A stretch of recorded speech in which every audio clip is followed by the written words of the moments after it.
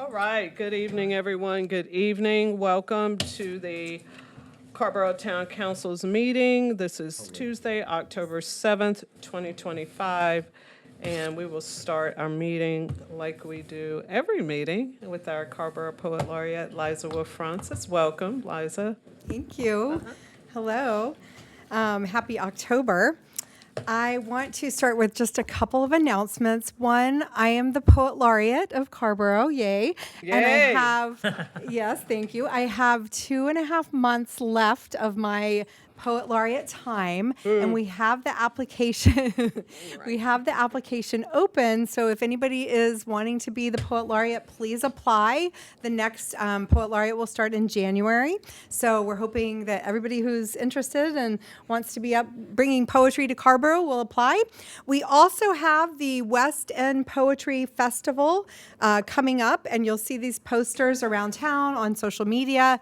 That's October 16th, 17th, and 18th. 18th is the main day, but we have events on all 3 of those days, so please come out. It's free, and it's open to all. So, yes, West End Poetry Festival. And I'm going to read a poem, and it's good to see everybody. Yeah. As the temperature of the planet rises, my sun digs a hole in the beach and begins to uncover the ocean, as if this world is made of water. Recording in progress. Thank you. Can I start again? From the Yes, top, please. from the top. Yeah. Recording, people. Recording. As the temperature of the planet rises, my sun digs a hole in the beach and begins to uncover the ocean, as if this world is made of water and is still discoverable. I can't imagine a leaving that isn't grief, this life leaving me rather than me leaving this life. The hole in the sand grows wider as it gets deeper. The more he digs down, the more the sides fall in on themselves.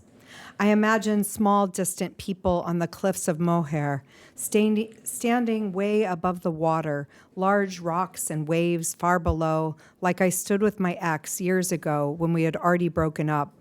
We stood there in our separate bodies, our lives now detaching from each other, watching the ocean so outstretched, knowing it would go on even if we didn't. Now my son pulls up the soupy, wet sand from the bottom, and the sand cliffs fall into the hole of water. A group of children pass by and admire the hole. He digs more, and each time he makes it bigger. The cliffs fall, and I look for the people, wondering if they fall with the cliffs or if they know they will have to fill the hole back in before nightfall. Thank you. Yeah, thank you so much, Liza. We appreciate your poem this evening and always being here to set the tone for the council meetings. We appreciate you. Thank you. I think I have one proclamation.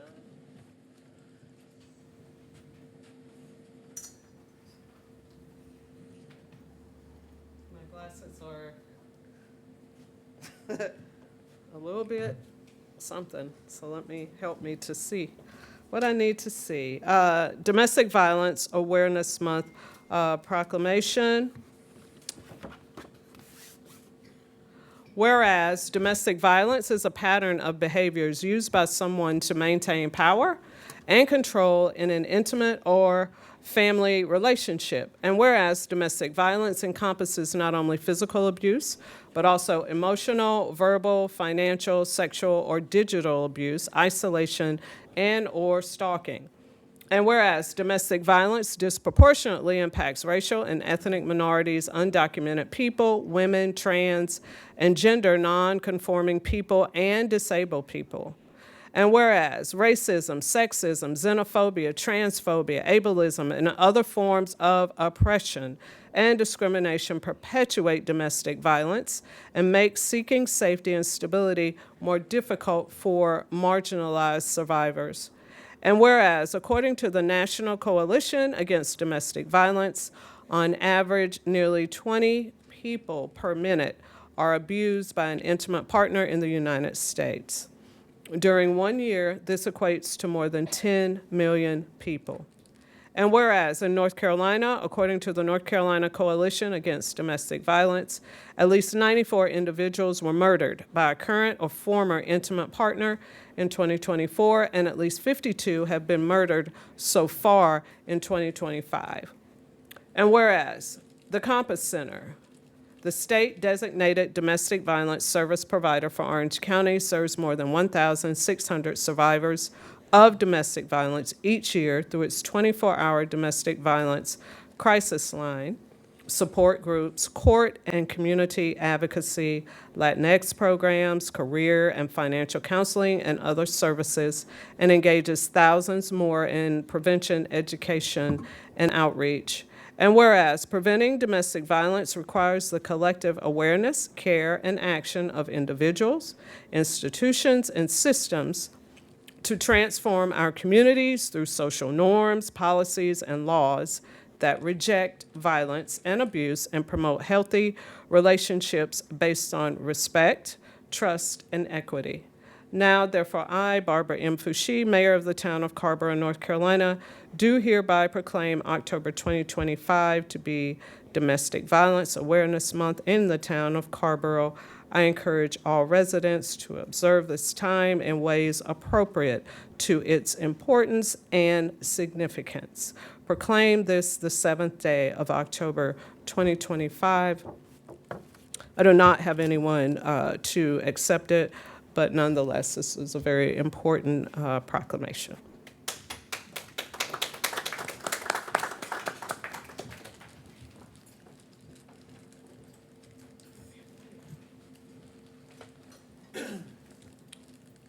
Folks sit down.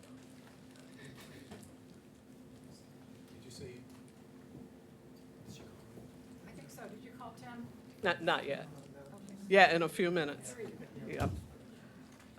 So we are down to the town manager's update. There is not an update this week from our town manager. And we're down to public comment. And a couple of things before we get into public comment. Comments are limited to 3 minutes per speaker in the interest of fairness and equity. Please address the council with your issue. We will not accept badgering of people, no matter who they are, town staff, elected officials, other folks, but we do want to hear your issue. And I will tap the gavel when the time is up, and I don't want to tap the gavel. So please be aware of the 3 minutes that everyone is allowed to give public comment. And the first person I have is Mr. Tim Cannell. Welcome, Tim. And Tim is with Triangle Stardusters. Correct. Triangle Stardusters, the rental agreement with the Century Center. Welcome. Yes. Triangle Stardusters Ballroom Dance Club. We've been renting space the second Saturday of every month for about 15 years. In that period of time, we have had a steady rate of rent that has allowed us to operate in such a way that we as a nonprofit, nobody in our organization derives any monetary benefit from what we do.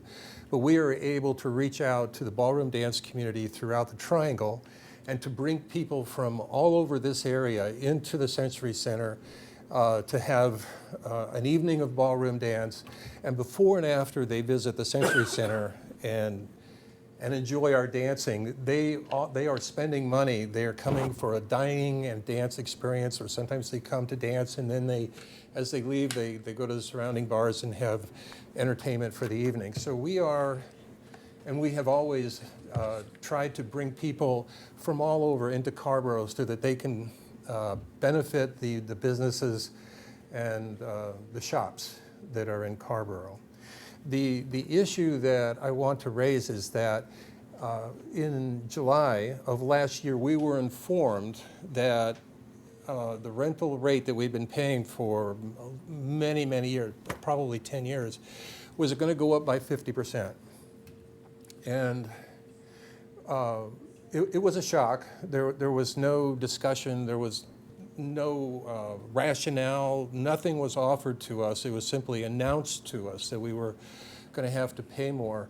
Our operating expenses are such that we have almost no margin. We do have some money in the bank, and with the rental, the new rental, we can probably exist for another year just based on the money we have in the bank. But we probably can't survive going forward for a longer period than that. So what I would like to ask you to consider is a staggered rate of increase. Rather than having us just do it all at once, let us do it over a period of several years. I think 3 years would work for us because we were going to have to change the way we operate. We're going to have to bring in more people. We're going to have to cut the costs that we have. And we have tried since January when this rental agreement went into effect, we have tried to make it work, and we haven't been able to do it, but I'm sure that we can do it over the course of several years. Thank you so much for your comments and the suggestion. The town manager is here listening. We don't dialogue during public comment. We just listen to the concern. So thank you for coming in. She is aware, Town Manager Tony. So thank you. The next person that I have to speak is Milo Freiling, Triangle Country Dancers and Carrboro Century Center. Welcome. Yeah, thank you. Thank you. My name is Milo Freiling. I'm Vice President of the Triangle Country Dancers Board. Since the Century Center opened in 2000, we've rented it monthly for contra dances. I've been dancing there since 2004. I love contra dancing. It's safe, it's wholesome, it's community-oriented. There's no alcohol, tobacco, or drugs, and it spans the entire range of ages. I personally danced there with people as young as 9 and as old as 92. Each dance begins with a lesson for newcomers where we stress that we're there to help each other have a fun, safe time. I joined the board 2 years ago to help maintain our safe, inclusive environment, assist with planning, set policies to maximize accessibility. But for the past year, I've been fighting this issue, which is fighting the fear of our dances being canceled and the wall of denial from the Century Center, which I'm about to describe here. So last year, we were given an ultimatum: accept an immediate 45% rent, it was for, 45% for us, rent increase, or lose our reserved dates. When we pointed out that we had 4 years of valid contracts extending through 2028, we were told we had to re-enter all of them at the new rate or the center would cancel our dates. At our board meeting, we felt powerless in the face of this ultimatum. We could cease our mission or cave. So we voted both to authorize our treasurer to sign under protest and to send a letter of disapproval to the town council. That letter received no response. That was in February of last year, and I have a copy of it here. The amount at stake, it's just over $10,000 for TCD. It's 4 years of signed contracts. I just want to interject here. I'm going to refer to some people who are in the room, and I'm grateful that we're all here in the same place, because a big difficulty I've had with this is just not being heard, feeling like we are just not. So you're here. So since that earlier attempted contact, we've met with and exchanged emails with J.G. Ferguson, who's in charge of the Century Center, with Patrice, who's the town manager, and with Barbara. I think you met with Carol. And along the way, we hired an attorney who sent a direct letter to Mr. Ferguson, I believe the town attorney. And the responses have been to deny knowledge of the contracts that existed before the ultimatum and to deny that we felt intimidated or coerced into signing new ones. And we don't accept that this is how business is done in Carrboro, alienating the nonprofits that rent the space to carry out the mission of Carrboro's Parks and Recreation, which is, I looked it up, to offer leisure, community, cultural, and recreation opportunities that enhance quality of life for all residents. In the 14 seconds, I guess you probably want, what we would like is like a restoration of trust and some kind of phased step up.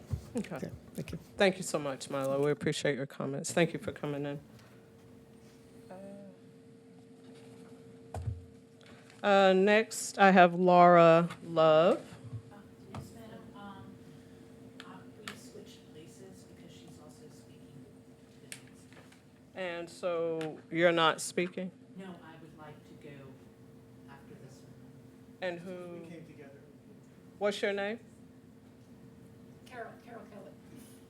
Oh, I got you. So she's switching places with Carol. Come on, Carol. Okay. How you doing? Good to see you I'm again. doing good. So, my name is Carol Kelly. I am a longtime resident, Chapel Hill, Carborough, proud resident, and also retired school principal. But I am here for to let you know about, again, the Carborough Century Center. And so I'm an active participant in many events held there. The Triangle Swing Dance Society, Rush Fest, and the Triangle Country Dancers, of which I'm on the board. All of these organizations are nonprofit, they're volunteer-driven, and they operate on very thin margins. For more than 20 years, our group has had a very positive relationship with the town of Carborough. In fact, years ago, maybe your time, but not many people go back that far, when we were putting the Century Center in, we needed a good dance floor. And our organization partnered with Carborough to raise $30,000 for that floor. And we're very proud of that, and we're proud of that partnership. I'm here to address recent actions that have taken place, which sadly I believe have jeopardized these relationships. And I want to see positive relationships continue. But the disregard for the existing agreements and dismissive communication, they are inconsistent with Carborough's traditions of fairness, of integrity, and concern for the community. That's not who you are. I know that.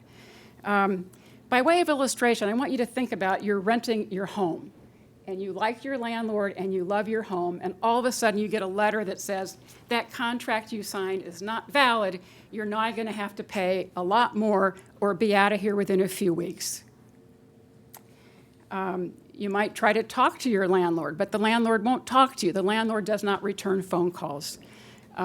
You might actually go in and try to knock on that person's door and talk to them, and the response you get is, sadly, what I got was, well, I can't always make everybody happy, which I thought was very sad. Twice it was suggested to us that maybe we could have the rates, that our original rates would be honored till the end of the year, but those were later rescinded. The actions that you've heard described by me and the two previous people, they're not the Carborough that I know and that I love and that I respect.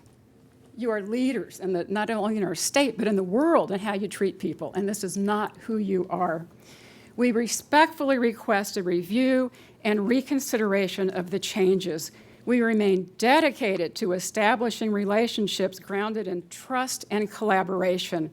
While we would love the original agreements to be upheld, we would welcome constructive dialogue aimed at reaching mutually beneficial outcomes.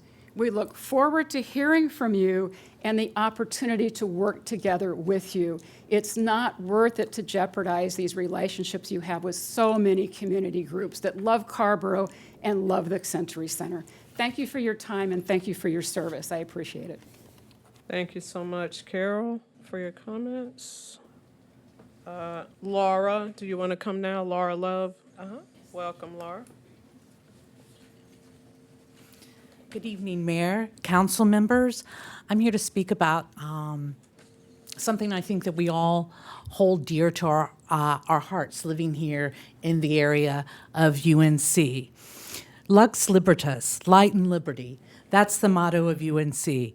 But current national policies and actions are taking away the libertas and certainly dimming the lux. What is happening now is an erosion of the very foundations of public higher education and the rights of the people who depend on it. Carborough will not be immune. Butner, Troy, Elizabeth City, Boone, we all depend on the scientific and social research coming out of UNC. Our youth depend on UNC to provide truthful, up-to-date instruction, which will help them create a thriving North Carolina after they leave the university. We, Indivisible, values higher education. Because of this, Indivisible is hosting the Right to Light, a rally in support of higher education. Numerous speakers will highlight how initiatives by the U.S. government affect the teaching, research, and service UNC offers North Carolinians and the world. The rally and march is on Friday, October 24th, 2 weeks and 2 days from now, from 2 to 4 p.m. at the plaza at 140 West Franklin Street. We do hope that you will gather with us to celebrate the light and liberty that UNC brings to the community. Thank you so much. I appreciate that. Next up, I'm going back. I have Cecil Charles here, Lloyd Farm Projects. Welcome, Cecil. Madam Mayor, Town Council, I've been here before about this a long time ago, and I find myself back again because one of your items for consideration tonight is continuation of the Phase 1 project, and I fully expect that that continuation will happen. However, having lived through this decade, as all of you have, it's been a little problematic. As things happened post-pandemic, the Argosy Group is no longer the developer, and we're in a situation where I think it's hard not just for citizens and residents, but for town council, staff, anyone to gather good information about what's going on. There's very little communication coming from the owners. They still have not negotiated with me for the little sliver of property they need from the road to move forward with the project. And I would like for you to at least consider the idea that before we say, yes, you have another year or another 2 years, that maybe we can induce some contingencies in there. I would think after a decade that they should be able to give some idea of when they might break ground on Phase 1 and what the sequences would be to go on in the later phases in the project. Thank you very much. Thank you so much, Cecil. Next up, I have Julia. I don't want to murder your last name, Julia. Come on up and welcome. And Lloyd Farm as well. Welcome, Julia. Thank you. The first thing I want to do is thank Randy, because Randy's spent a decade dealing with the Lloyd Farm project and all the intricacies, and she's still here, and she hasn't gone insane yet. Anyway, we really appreciate all your help, Randy. And I think that the questions Cecil asked and some other questions from people in the neighborhood are very relevant. It's like where time has stopped and there's no answer to what's going to happen next, when it might happen. And I know that Harris Teeter is now part of Kroger, and I know that, the town ordinances have changed and all of those things. But I think the time to start asking the questions is now, so that if we give them an extension, we can say everything is contingent on answering these questions before we give you any other kind of extension. So I thank you very much. Thank you so much for your comments, Julia. Next, I have Ed Corbell. Ed, welcome. Weaver Street closure. Yes. My name is Ed Corbell. I am the owner of the Spotted Dog, kind of in the center of the little area that's going to be closed. I'm going to talk a little bit about it. We first heard about this back in January, February-ish. Had some feedback solicited. And next thing I know, I hear about it again this week and see that the plan has kind of been formulated. I want to make sure that we've actually considered the ramifications of closing that section of Weaver Street in terms of deliveries, emergency services, trash pickup, recycling pickup. Will people be able to, if people in the middle of the area where the street's been closed, can they park in the Weaver Street lot, or they can be towed? Those are some things that I want to make sure that we were considered. And I've seen some of the solutions. I read through the plan, the proposal today, and I see the bollards and talking about I guess there's going to be keys, and the intent is that that will raise up and down. I'm not sure how that would work with delivery drivers. I'm not sure where they're going to be able to park to get out, to open that, to then come in, then go back, close it, and so on. Seems clunky, unwieldy. We also have people that come in the middle of the night when there's no one there to do things, cleaning in the restaurant, stuff like that. If there's like separate keys for each one, we're probably, for just us, we're looking at probably 30 or 40 different vendors that are going to need a key to do that. One thing that I had suggested, back when I first spoke with about this, was perhaps just doing some like a closure on the weekends, evenings and weekends. Perhaps we could work around that. I'm sure that the other businesses, I'd spoken with Tesoro today and got some feedback from them, which is kind of similar to what I'm saying, but something where we're not necessarily closing it during the weekday, during the daytime. That's the hard part. That's going to be the part that's going to be hard to work around. So I am happy to, if anyone wants to reach out to me to stop by, I'm happy to talk about this and happy to provide more targeted feedback to specific areas. But yeah, so like I said, I'm not opposed to it in general. I think that the weekend idea certainly could work. We've already done some things where it's closed on Sundays for different festivals, for stuff like that, and that has worked great over the years. So again, I would suggest something like that, maybe rather than just a general all-around closure. All right, thank y'all, I appreciate it. Thank you so much, Ed. Appreciate your comments.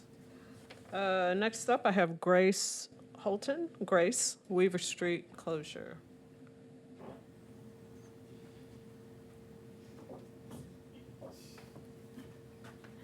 I'm Grace Holton. I am the landlord at 100 and 102 East Main Street. Y'all may recognize it. It's where Tyler's was. Tyler's was our tenant for 22 years. We've spent, since he left at the beginning of the pandemic, we've spent a good bit of money updating the property, making it ADA compliant, et cetera. I'm also a long-term resident of Chapel Hill, Scarborough. I'm a graduate of Chapel Hill High School in 1975. That does date me, but we just had our 50th reunion, and it was great. I want to thank you. This is a delayed thank you, but thank you for the parking deck at the Drakeford Library Complex. I appreciate your working with the Scarborough Business Alliance to see the need for it. Originally, the plans did not have a parking deck, and I know y'all worked hard with the architects, with the county, with everybody to get it done. I think it's a great benefit to the East Main Street businesses, and we greatly appreciate it. My concerns are about the increased traffic near the corner of East Main Street and Greensboro Street. That's what affects my businesses. I have 4 spaces. Currently, a restaurant, if anybody wants to rent one, is available. But I have great 3 long-term tenants, potentially. Neil's Deli's been there since 2008 or 9. The Speakeasy's going strong. There's a wonderful hair salon. All great local businesses owned by local people. And I'm concerned how the congestion that will be created by closing Weaver Street 7 days a week, days and nights, is going to affect customers coming to the businesses and how they're going to be discouraged due to the congestion and increased congestion in downtown Scarborough. Tonight I came up South Greensboro Street, and I stopped at the top of the hill before you get to the top turn down to Old Pittsburgh Street, where my best friend in high school used to live, and traffic was backed up all the way from Carmel Mall going north. And one of the things to consider is Weaver Street is how a lot of residents go home in the evening that live off North Greensboro Street and Hillsborough Street, and come to work in the morning if they're going towards UNC. I look forward to tonight's discussion, and I hope there'll be a discussion of the traffic surveys that was done. I can't really read that stuff because I'm not an engineer, but I hope y'all got a better understanding of what was on it. Thank you very much. Thank you so much, Grace. And the last person I have signed up is Willie Quick. He's a retiree, and he has comments about retirement benefits. Welcome, Willie Quick. Good evening. Hi. As she said, my name is Willie Quick. I am a retiree for the town of Carrboro, having served 10 years with the police department. As a retiree with 10 years, I earned the privilege of insurance coverage for up to 50%, of which I have to pay the other half. Also, with having retired from the police department, I get a supplement that is paid from the town to carry me over until I reach Social Security age. The reason why those two matters are relevant is, as I was preparing for retirement, I spoke with members from the HR administrative arm of the town and asked to have my contribution taken out of my supplement. And the answer that I got was, we don't do it that way. No other justification. Okay. So that was July 2023. My portion was roughly $500 a month. That's $3,000 from July 23 until December of 23. I made an appeal back to the town after receiving a W-2 to account for my income from the town. And since it was a W-2, my familiarity with Munis, deductions for insurance benefits through a group plan are pre-tax deductions according to the IRS, which I provided, researched and provided information to the town. As a result of that, the town not only changed me over to take out my deductions from my supplement, they reimbursed me the effective tax amount, rightfully so, based upon the $3,000 that I paid in, because that would have reduced my taxable income by $3,000. I asked him about the 3 months from January, February, and March of 2024, and the response I got was, I will have to make that appeal during that following tax year. I have since made that application, turned in the same documentation, and the response that I got was, well, we're not going to do that. No other justification. It pains me that I have to be here before you to ask for a remedy to this situation, but I remember seeing the fiscal awards that the town used to have posted in the awards cabinet out there. So certainly the town can understand fiscally. I have to be just as concerned about my own fiscal well-being, being that I'm retired and on a fixed income. So I have the documentation I presented previously, and I'd certainly be willing to make that available to anyone that can help me resolve this. Thank you. All right, thank you, Mr. Quick. Town Manager Tony, I'm sure, has taken note of your comments. So that is all that I have that have signed up. Is there, yes, you would like to give public comment? So I have you, one, okay, let's wait a minute. Let's start with you. You come up and say your name, and then we'll swing on this side and come back around the back and come up. I think I saw 5 or 6 hands. I'll come to you next. Okay. Good evening. Hi. My name is Tricia Lester, and I am here representing Indivisible Orange County, North Carolina, or IOCNC, as we call it for short. I founded the organization earlier this year and now serve, excuse me, on the steering committee with a number of other like-minded and passionate activists. We meet once a month in Chapel Hill or Carrboro and once a month in Hillsborough, and you can find our meetings on Mobilize. IOCNC is a nonpartisan and non-sectarian group of individuals who, in response to recent grave threats to our democracy, organized to nonviolently advocate for the inalienable rights protected by the U.S. Constitution. As you know, executive power is being abused, misused, and overstepping bounds of authority. We're witnessing the actions of an authoritarian government and must resist.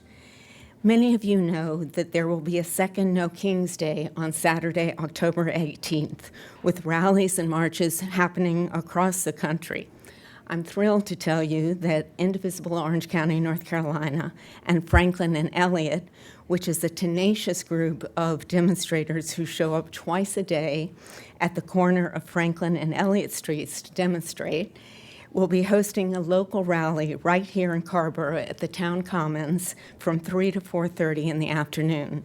We'll have inspiring speakers, some great music to keep everyone revved up, and we'll do it peacefully in keeping with our MO. We've been working with staff in the Department of Recreation, Parks, and Cultural Resources and appreciate all their help thus far. We're so pleased to bring this important event to Carrboro and know that attendees will appreciate the town's commitment to resisting autocracy and bolstering our democracy. Thank you. Thank you so much, Tricia. We appreciate you bringing forth that important information and announcement. Thank you. Could I get, hold on for 1 second. Let me get the gentleman right here in the front. If you could come up and state your name, which I think I may know you. I'm pretty sure I do. I'm Tim West. Tim West. Yeah, Yes. good to see you again. Hi, Tim. Nice to see you, Mayor. I live on Carroll Street, which is pretty close to where the development, proposed development is going to, may be built. I think my comments are more of a sort of an aesthetic or emotional way rather than a logical way exactly. I don't know how many of you all have actually walked onto the Lloyd Farm property, but it is a beautiful, beautiful piece of property, and with huge old oak and pine trees that must have been there 200 years or more. It just hurts to think about those trees being cut down and asphalt being laid there, to me. This is beyond the issues like stormwater, which of course would be increased with the trees being cut down. There wouldn't be any trees to absorb, whose roots would then absorb the water. Or traffic, which has been around, that issue's been talked about for a decade. But it still hurts to think about what's going to happen if that development takes place, and not just to Carroll Street, though that'll be a big impact there, but other places too. So I hope I haven't wasted your time, and thank you very much. All right, thank you so much, Tim. No, it was not a waste of time. Thank you for coming out. The gentleman in the back was getting up. Come on up and just say your name and. I'm David Perriton. David I operate Perriton, a that's what I thought. restaurant at 100 East Weaver. It's Tesoro. I wanted to come up and just voice a couple concerns. First of all, I think the idea is wonderful. I'm just hoping that the bullet points that are outlined in the town's agenda for tonight, which also overlap with the DOT's report that the town received within the last month, can be addressed as like a whole, like as a group. One of them being visibility, which is like the least of the concerns. Like, sure, that'll be offset with some pedestrian traffic. Having people on that street is wonderful. Mostly like logistical issues. Like, our businesses run on very tight, like around the clock schedules. And if you've ever tried to tell a guy cleaning your grease trap at 6 in the morning that he can't come in your building right then, it doesn't go well. That's just one example. OWASA requires that of us. Like, if we don't get it done, if they don't come, we can't operate. Delivery drivers, ADA compliance. We have one of the older populations in a county in the state. And a lot of those people patronize, there's 4 restaurants and a hair salon on our little peninsula. A lot of them get dropped off like real quick on the curb. If they're not able to have that access, I just think they stop coming and find somewhere else to go. I've seen kind of like the hybrid outline, days, nights, weekends. I think the festivals that we do now are wonderful. The 24/7, 365 gives me a lot of pause, and I'm just hoping as a body and as a community that we could have a more detailed conversation about how to mitigate some of those concerns. My neighbors are here. Ed, I've talked to Guile at Napoli. We're good neighbors with the Beehive, with Jade Palace. None of us run on big margins. If our visibility and access is hindered even to like 10% of our patronage, it's not a locally owned business in those addresses anymore. It's just the margin we're operating on. So like I said, I've seen some creative outlines and options in those slides, and I'm just hoping as a community we can continue to question those things and come up with some good answers. Thanks. Thank you so much, David. We appreciate you coming in. I want to swing around to the back on the other side of the room. Either one. I see Clem Self and, okay, so you're going to come on up and just say your name and what you want to talk My name about. is Margaret. I'm Margaret. I grew up here, and I know Grace Holton. I missed the reunion, but I did communicate with Grace. And my husband moved here to Shelton Street, which is the Shelton Station community behind the Breakaway. So I'm in North Greensboro traffic every day. So when we're turning, especially on a weekend, the traffic around here is just about to make both of us drop dead. My husband Rick is 70, and I'm a few years younger than that. So we're trying to turn left to where we live, the same place that the employees turn left to the Breakaway Cafe on North Greensboro. And I've had a couple of times where an entire truck passes me. I'm being passed in a bike lane. And then one day I had 3 cars go around me in the bike lane. So I'm sorry about bikes, but we also have that situation on one of those days, a person with bikes on his vehicle is passing me. So I almost get hit by the bikes. I have a medium-sized car. I can't pull up to the right to get through to that. So I'm scared of the traffic. I don't want this Weaver Street change because it totally affects what I'm talking about. If you go down to where that Breakaway is, there's a parking lot that every day we have too many people, too many cars, too many everything. So the traffic here is crazy. And I wish somebody would go look at what I'm talking about, where you get past. On the right, I got my left turn signal on, driving a Lexus, reasonable human, need to be safe, and neither one of us goes early, and almost every day we almost get killed right there, North Greensboro. Thank you so much, Margaret, for coming in, bringing those safety concerns forward. Miss Clementine, Miss Clementine Self, come on up. Yes, I'm Clementine Self, and I live in the Lord Street area of Carrboro. And I'm here about the change for the traffic flow in Carrboro, where when you remarked the street traffic, that's when the problem became a problem. Because before that, we didn't have all of that congestion. And the one simple thing that I think would help out tremendously is when you change that traffic flow pattern, if you had put up a green arrow and a red arrow, you wouldn't have the same problems that you have. I go through there 3 and 4 times a day, every day. And as a result, I always have to blow my horn to get the people to move, even though you have the caution up there. And they see caution as stopping for some reason. And so therefore, nothing is flowing. And the traffic is backed all the way up to Lord Street, where we have to come in. And I think I just don't see, I see more congestion taking place if we have to go all the way down Main Street and then come back up Greensboro Street. We'll never get to Harris Teeter or any of the other businesses or pharmacy that's located there because it's going to take a long time for that traffic to flow. And I wish you would really look at it and have someone to come out and see just at certain times of day. Now, I walked out here today, and every car was going right through the caution light, just like they should. But at certain times of day that this is not happening, people are just stopped. And I wish you would reconsider how that pattern flow is going to be.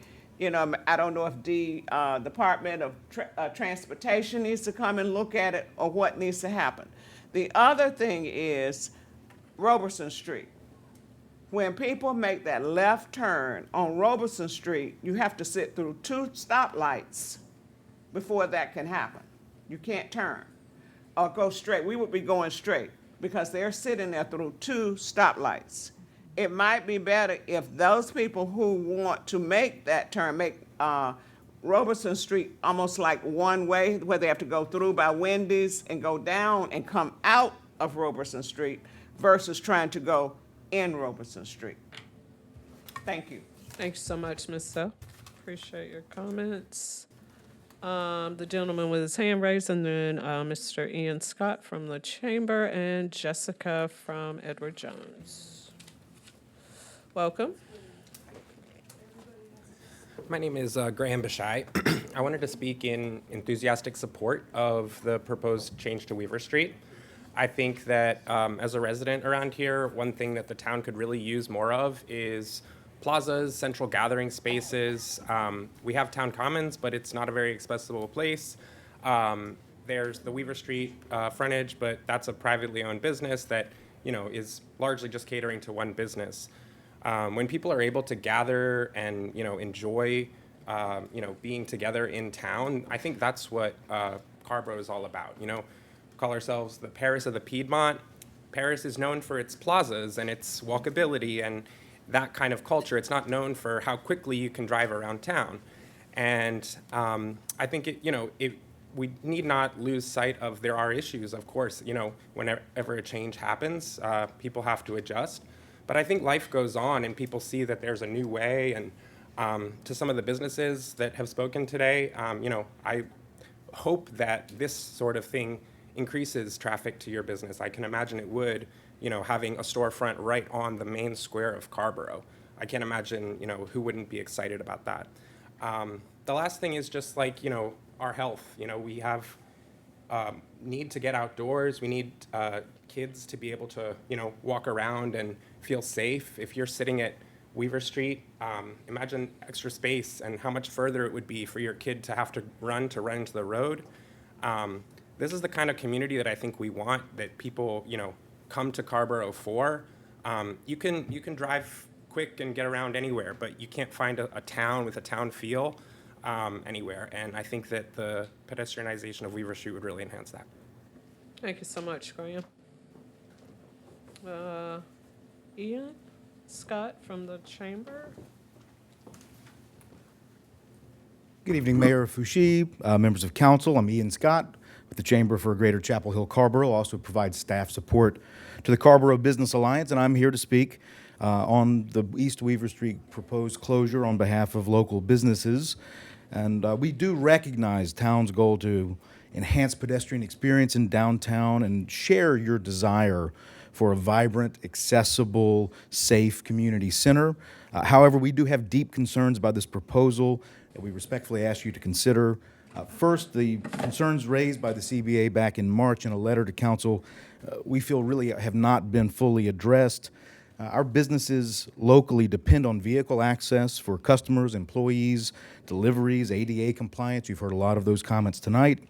The proposed service lane and movable bollards, we don't believe solve these fundamental challenges. We do think they create some operational complications. Second, transit and emergency vehicle access. We know more than 30 public buses per day travel along East Weaver Street. We also know it's a vital connector for fire, EMS, and police vehicles. We're not sure that the advantages of this project outweigh the obstructions it will cause to public transit and public safety. Third, traffic impact. The capacity study shows mixed results. Some travel times in intersections improve, others diminish. But we are concerned that removing a functional street from a transportation network downtown that's already quite tight will push congestion to surrounding streets and complicate access to many downtown businesses. You've heard from a lot of those already tonight. And finally, fiscal responsibility. This council raised property taxes by 20% for this year's budget and drew from its reserves to make its fund balance. And tonight's presentation estimates $300 and some thousand for signal and street enhancements. That doesn't include the plaza or construction. And we question whether now is really the right time for a discretionary project that addresses a problem many in our business community simply don't believe exists. Our ask is kind of straightforward. We don't think you should move forward with this proposal. Instead, we'd ask you to collaborate with the business community and other stakeholders to advance solutions that enhance pedestrian safety, and downtown vibrancy without closing East Weaver Street to vehicle traffic. We know there are proven traffic calming measures, improved crosswalks, better signage, and other modest investments that can achieve safety goals without the disruption, cost, and unintended consequences we believe this closure will have. Local businesses are a vital partner in Carborough's success. They're essential to this community's tax base. We want to work with you on solutions that serve everyone, pedestrians, cyclists, drivers, and businesses that make downtown thrive. Thank you for your consideration, and thank you for your service to the community. Thank you for your comments, Ian. Jessica, are you coming up? Jessica? Okay. Yeah, yeah. I didn't raise my hand initially, but there's just one question. Oh, fine. You come right after Jessica. Welcome, Jessica. Jessica works for Edward Jones in the Fleet Feet building. And so good to see you. And what you got? Thanks so much. Hello, everybody on the council and mayor. Thank you for the introduction. I'm Jessica Villagrana, wealth advisor with Edward Jones. For the last 20 some odd years, we've had one representative of our firm in Carborough. Really has been a staple presence. I intentionally, or with quite a bit of intention, moved my practice from north side of Chapel Hill to be a member of the Carborough business community. As of now, I am on the Leadership Council for the Carborough Business Community, or the CBA, and just wanted to share that with the addition of myself and Dan Ryan, we are also adding another 2 advisors within the next 6 months. So we're going to go from 1 representative to 4 that are interested in and highly invested in the business community here within Carborough. Together, as of right now, we have over $300 million under care between the 2 practices, and that represents monies of community members' hopes, dreams, wishes of Carborites and those in the area. So we have a considerable impact on the business community and in the community itself within Carborough.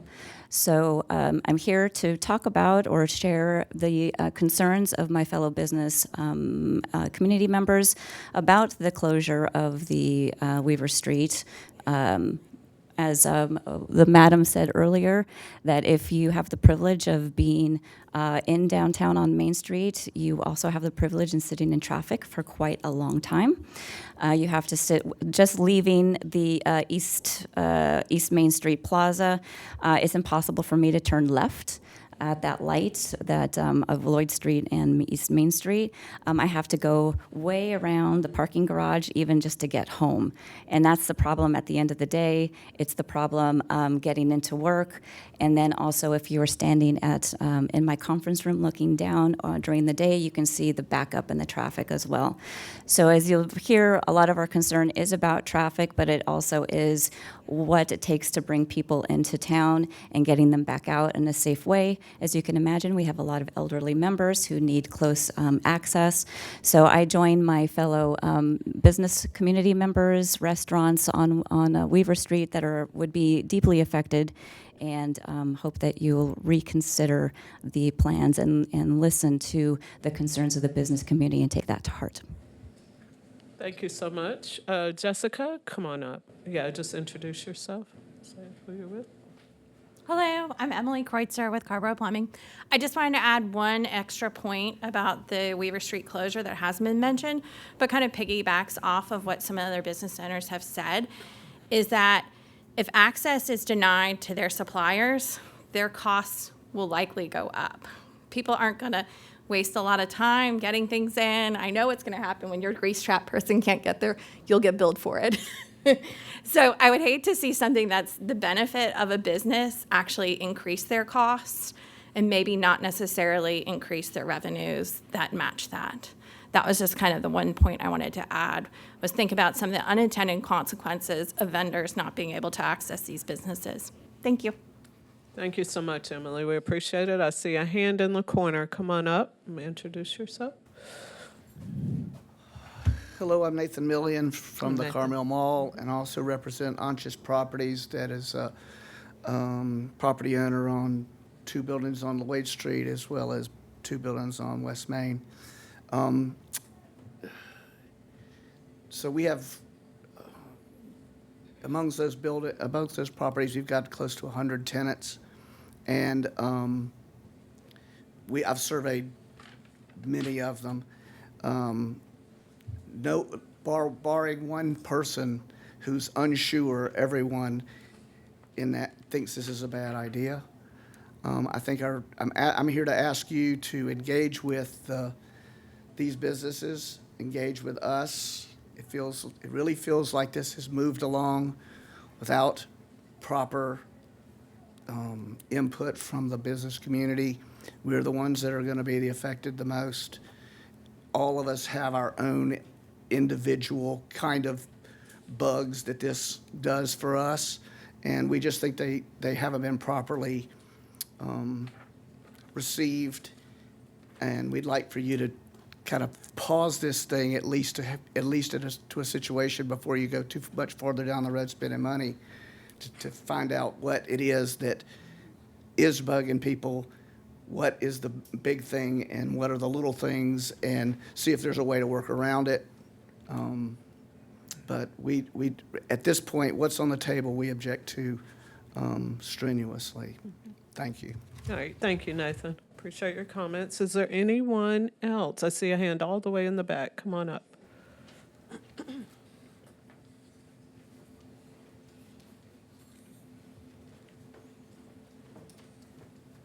Hello. My name is Brian Shu. I'm not a business owner, but I am a resident of Carborough, so I live just by the Community Works thrift shop. I just wanted to add my comments strongly in favor of the current Weaver Street pedestrianization plan. I do, I think I agree with the previous speaker that there's just so much to be gained from the perspective of, the many people who enjoy being outside and socializing at the Weaver Street Market. And I do, I certainly understand the concerns of a lot of businesses, and I think they should be addressed, but I just, I sort of want the council to remember that there are so many people who use downtown Carborough who don't arrive in cars, they walk, they bike, and I think the concerns about traffic are real. Like I myself, biking and walking around downtown Carborough, I know how frustrating it can be to as a pedestrian, also as a driver, just all the traffic, the backups on Greenboro Street, for example. But I just I strongly think that those things can be mitigated, right? It's a current problem now. There are ways that I think the town could address those with, installation of traffic signals, other sort of traffic mitigation measures, other ways to, incentivize people using non-motor vehicles for transit. I just want to express my enthusiasm for the project and sort of urge the council to keep those thoughts in mind. Thank you for your time. All right, thank you so much, Brian. I see someone in the very back corner. Come on up. What's your name? Robert Mercadante. Hi, Robert. Welcome. I live and work in Carborough and have for a long time. I'm from here. I want to speak in support of the Weaver Street plan, and I just want to, there's been talk that the business community wasn't included, and I personally went to several meetings about this and, downtown area plan meetings, and I there was flyers all over town about it, so I'm surprised that people felt like they weren't included. I don't know how not doing it is going to improve traffic or parking or anything like that. And I think the only thing that's really going to improve traffic is increasing ways that people can get around without driving. I don't think traffic's going to get better unless we get cars off the road. So that's how I feel about it. I think it's a great idea. I want to have more public spaces. And thank you for putting it forward. All right, thank you so much, Robert, for your comments. Yes, come on up.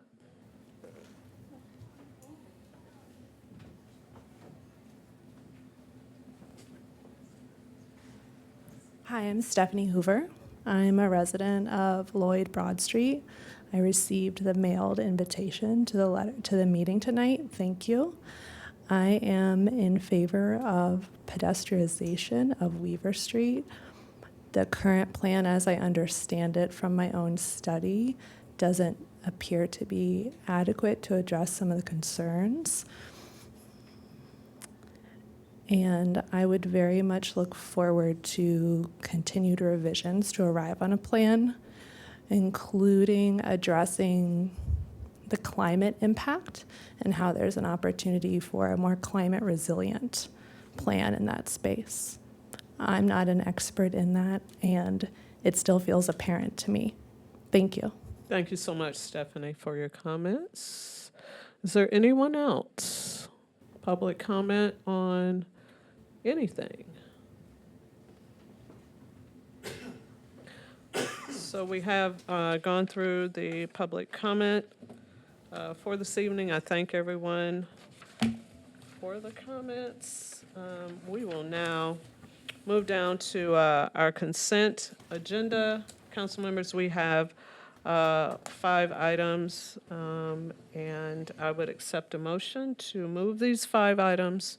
I don't think I've heard from anyone about pulling anything. So moved. Seconded. That fast. Got it. It's been moved and properly seconded that the consent agenda item be approved. All in favor, please say aye. Aye. Any opposed? Motion carries 7-0. Thank you, council members. Town Manager Tony, we're down to the general agenda. We'll wait. Good night. Thank you for coming in. The general agenda has 1 action item and 1 information item. The first action item is a continuation of special use permit A extension request for Lloyd Farm, Phase 1 at 700 and 706 Old Fayetteville Road. Marty Rope will introduce and provide the presentation for this item. Welcome, Marty. Thank you. Good evening, everyone. I do have several slides here to go through, so I will just jump right in and try to keep moving along here. Thank you for introducing the topic. We've already heard some comments about it tonight. Let me see if executive summary. Let me jump right in. So I will go through this. I won't be too long-winded in terms of my comments. I do have some graphics to share as well, but I do just want to kind of back up and talk about kind of how we got here, and just talk through how we got here and where we are. This project went through several years of discussions, iterations of design, site design. We had a summer full of facilitated meetings with some of the elected officials, town attorney, and lots of staff folks, and arrived ultimately at what was a final site design that was presented to council by way of a conditional rezoning request. And in 2018, that was approved and became and is still, as the first bullet point here notes, a mutually agreed upon contract between the property owner and the town. It does govern how the site may be developed. It does run with the land, so with respect to property ownership changing, everything about this remains binding at the rezoning level. In 2019, following the approval of the rezoning, we also had a special use permit approved, special use permit A approved by council, that was consistent with and in accordance with the conditional rezoning that had been approved about a year earlier. Again, this runs with the land. It is binding. All the agreed upon conditions at the rezoning level and the special use permit level are binding as we consider whether to extend the life of the permit or not. I do want to note, and we'll talk through some of these as I move forward here, that the facilitated meetings I spoke about, there were some agreements that were made between the developer and the council at the time that went above and beyond the ordinance requirements. Stormwater is one of them that has come up as a topic of discussion here, and some other facilities that I'll note as I move through the presentation. I guess just down here at the bottom, I will make it clear here, that this is a 2-year extension request. That is kind of the norm, and it is common for extensions to be requested, and it is up to the council to make a decision as we move forward tonight. So regardless of your decision, the conditional rezoning will remain in place. This is just a quick aerial photo of the property. Another one of the questions that came up was regarding the donation of two parcels of land to the town of Carrboro, and that does remain binding as one of the conditions on the rezoning that was included in the rezoning. So I've highlighted those in red here.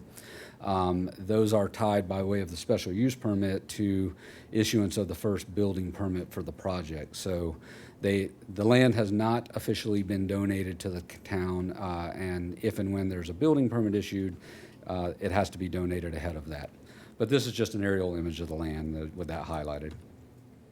I won't go over every one of the words on paper here as part of the presentation. Just this does capture the totality of what was approved.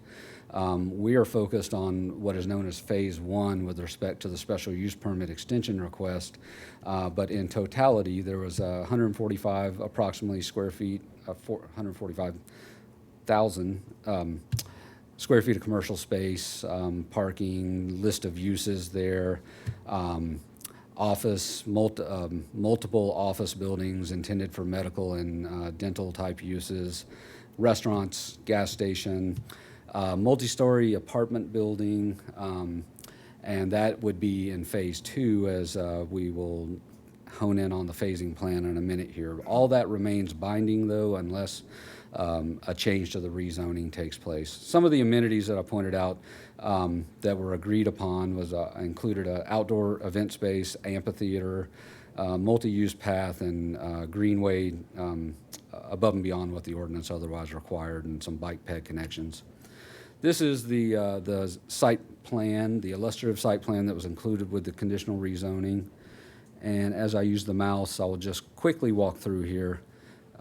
For anyone that may not have seen it or otherwise educational purposes here, this is the grocery store. The retail and restaurant spaces around the grocery store and around the parking lot. The amphitheater space is down here in this southwest corner. The gas station. What you see in blue are what were approved as, again, medical office type buildings. And then the spine road kind of goes down in a curvilinear fashion through the project. Across the street from it is the residential complex that was approved. So this would be a multi-story, multifamily building intended for 55 and over community of residents, and townhouse type cottages around the exterior of the vertical construction. And then you'll see stormwater ponds around here, and the gas station I think I mentioned. And the land to be donated to the town of Carrboro is up in the northeast corner. So here's the phasing plan. So just to hone in on this for a moment, Phase 1 is everything you see in white here. It's, again, the grocery store, the road going through the development, the gas station and the stormwater ponds, and the donation of land to the town of Carrboro up here in the corner. Phase 2 are the medical office buildings, Phase 2 A, B, and C as you see it here, and the residential portion, the 55 and over community. So that's, and the main point being that all we're really talking about tonight is an extension for Phase 1. The whole of the project remains binding under the rezoning. This was the site plan approved for Phase 1. Again, I won't spend too much time walking through it. I've already noted most of these features, but again, this is just for reference, the site plan approved for Phase 1. And then some procedural notes about the decision before you tonight. One option, obviously, is to approve the request for an extension, and that would go until October 2027.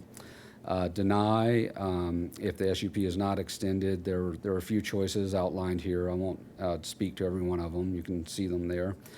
And then one more time, I'll just note that even if the SUP is not extended, the conditional rezoning for the land remains binding. The property owner could initiate some kind of change to, a request to change something about the conditional rezoning, something about what was approved in terms of the number of uses, the types of uses, but that does have to be, it was a mutually agreed upon contract between the town and the property owner, so it does have to be initiated by the property owner. And with that, I'm happy to answer questions. And I will note that we have in the back room, I believe, the town engineer available if you want to focus on stormwater questions or anything along those lines. We do, at least I believe, have a Harris Teeter representative on Zoom available to answer questions that you might want to direct to Harris Teeter directly. And with that, I'm happy to answer questions. Thank you so much, Marty, and thank you to the Harris Teeter representative online, available to answer any questions. Council members, are there questions? I know there have been some questions from Councilmember Haven O'Donnell, which I believe were supposed to be answered tonight in the meeting. But I guess I have one question about the appeal process, which is the first bullet point there. And so what would that look like for them, you know, with the appeal process? Like, what is that, or is that a Nick question? That is, and I'll happy to say I should have said if I missed any of the questions, we tried to address them by way of the presentation, but if I missed anything, please feel free to ask me. And Nick, yes, I'll defer to you on the matter of the appeal. Yeah, so the appeal process is what I'm... Is this working? Yeah. Yes. Okay. I believe that the appeal, if there was a denial of the extension request, one option available for Harris Teeter would be to appeal that decision to Superior Court to argue that it's invalid. I don't think it would go to the Board of Adjustment. I think it would go directly to Superior Court. Okay, yeah, so that's helpful to know. Thank you, Nick. And Marty, I think for the gentleman online, what's his name? Mr. Ferris, Jacob Ferris. Ferris? I hope I'm saying that last name correctly. Let me ask him. Actually, Jacob isn't available. He had an emergency soccer deal with his kid. So this is Steve Jarvis from Harris Teeter. Oh, okay. Welcome, you, Steve. Do you have any idea about when Harris Teeter would break ground? I realize in 2021 we were in COVID, and 2023 coming out of COVID, you know, kind of weird economic times now with the tariffs and inflation and everything in between. But I was just wondering if you had any information about that as far as like plans moving forward, specific timelines, if there are any. So I apologize in advance. Jacob gave me kind of limited talking points here, and what he had told me was, you know, like you said, due to COVID and everything that came after that, and then some cost factors that just kind of hemorrhaged the deal to the point that it is now. We have an interest in moving forward with the project if we can reach some sort of, you know, partnership with the city to try and figure out how to mitigate some of these costs. He had said that you know, really didn't have an interest in going through a whole new entitlement process, but to the extent that we could work through some of this with the city in a partnership, I think we would love to try and make another spin at developing the property. Okay. Thank you for that. We appreciate that. Is that good? Did that answer your question? Yeah, if that's what you have, that's what you have. Okay, and I'm you. feeling like you're saying that is what you have right now, but we appreciate that. I think something else that has come up about this project is if any aspects of it have changed enough. I think maybe that was Councilmember Haven O'Donnell's concern. So I'm going to send that over to her and council members. Anything else that you have? Yeah. I don't know that, Steve, this is for you, but Marty and Nick, I think this is more for both of you. So we had concerns in 2013, 2015, 18, 19 regarding stormwater. And the stormwater regulations that the project was approved under, what are the flood regulations for that? Sure, I can speak to that briefly at least, and then again, we do have Will Hines from Sungate if you want to get Yeah. into more details. Yeah. The standard ordinance requirement goes to up to a 25-year storm. What was agreed upon at the rezoning level and therefore, remains binding as a part of this is to go up above 25 to treat the 50 and 100-year storm as well.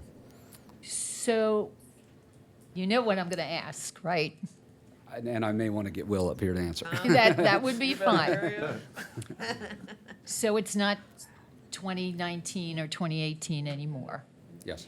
Especially because of where that land is located, the fact that the pond itself is fed by two live streams, that Hillsborough Road has had a tremendous amount of development in the area around McDougal since this plan was approved. Is there a need to look at the stormwater regulation and bump it up from 50 to 100 to 500 to 1,000? Simply because the neighborhood, which, by the way, this is parenthetical, but it's important to the community. Everywhere on the documents where it says Plantation Acres, please change that to Bard Owl, because it's not Plantation Acres anymore. But that came from community. So my question is, should we, considering that we're in the UDO rewrite, should we pull that out and at least, address the fact that what was binding then for stormwater regulations probably is woefully inadequate right now? Thank you for that. I'll offer a couple of comments and then see if Will wants to add anything to what I'm going to say. We certainly are, during the UDO rewrite, going to be looking at the stormwater standards and may anticipate, making them more stringent. Exactly how that looks or reads ultimately, I can't necessarily say tonight, but we certainly are going to be looking at that. The point that I'm trying to make clear is that this is an agreed, at this moment, without putting Stephen on the spot too much, it's an agreed upon contract between the town and the developer. They may choose to initiate some changes, and that may, I'm just speaking hypothetically, that may open up the discussion for, more discussion about stormwater standards. But the town can't, even if the SUP is not extended, we can't self or impose unilaterally any additional standard at this moment. I might see if Will wants to add anything more generally about what you're saying about stormwater. That'd be helpful. Yes, thank you. The only thing I would add, by the way, my name is Will Hines with Sungate Design Group. The only thing I would add is when the stormwater for this project was analyzed, they used information from the federal agency NOAA, which provides statistical analysis of historical rainfall data, and which is a very common thing for engineers to use. And that's what they used in their analysis. And they did analyze the 50-year and the 100-year storms and provided detention for both those storms. I guess what we don't know is what the data look like in that entire neighborhood following Chantal, which was only a tropical storm. Yeah, I can't tell you how specific NOAA gets. You do, when you look it up, you do give it the latitude and longitude for your location. So it's specific for Scarborough. Yeah. Yeah, I would, and Marty, I really appreciate your explanation. I think the one thing I would, that I would ask Steve and Harris Teeter is to seriously consider making that offer of the regulation, shifting that just as a protective measure and also as a matter of a trust and good faith with the community. That neighborhood floods tremendously and all the time. It doesn't even take a Chantal to do so. My other question is about the the parcels that are being dedicated to the town. The neighborhood really worked hard with Ted and Argus Development and in seeking to have open space, because a good piece of those woods are considered open space to the neighborhood. And so because that those parcels are within the Phase 1, I would just like to underscore that the intention for that 4.5 acres, and so that Steve and, Steve and Harris Teeter understand what was discussed, is to have open space for that neighborhood and that community. That was one of the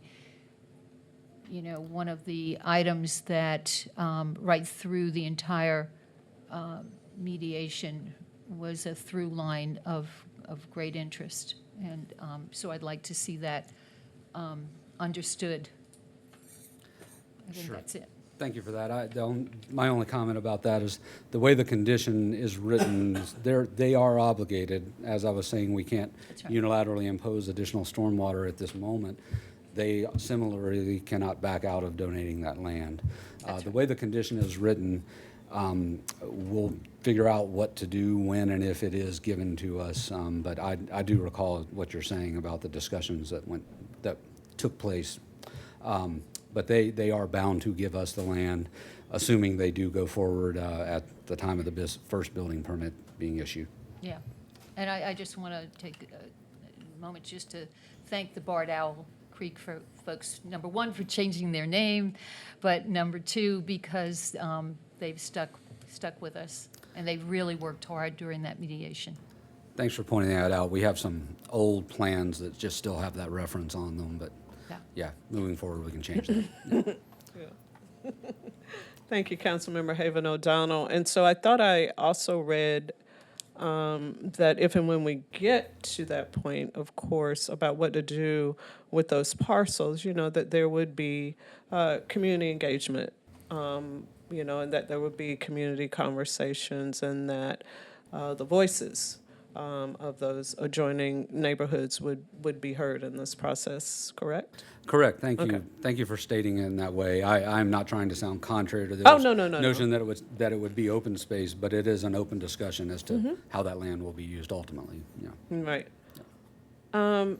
Council members, any questions? I see Councilmember Frey. I'm going to make a motion at the end of this, so if anybody else has any other questions, I'll yield to that. I just wanted to note it's very helpful that Harris Teeter has sent a representative so that we can understand that what we suspected is in fact the case, that as of the current moment, the project as planned does not pencil, right?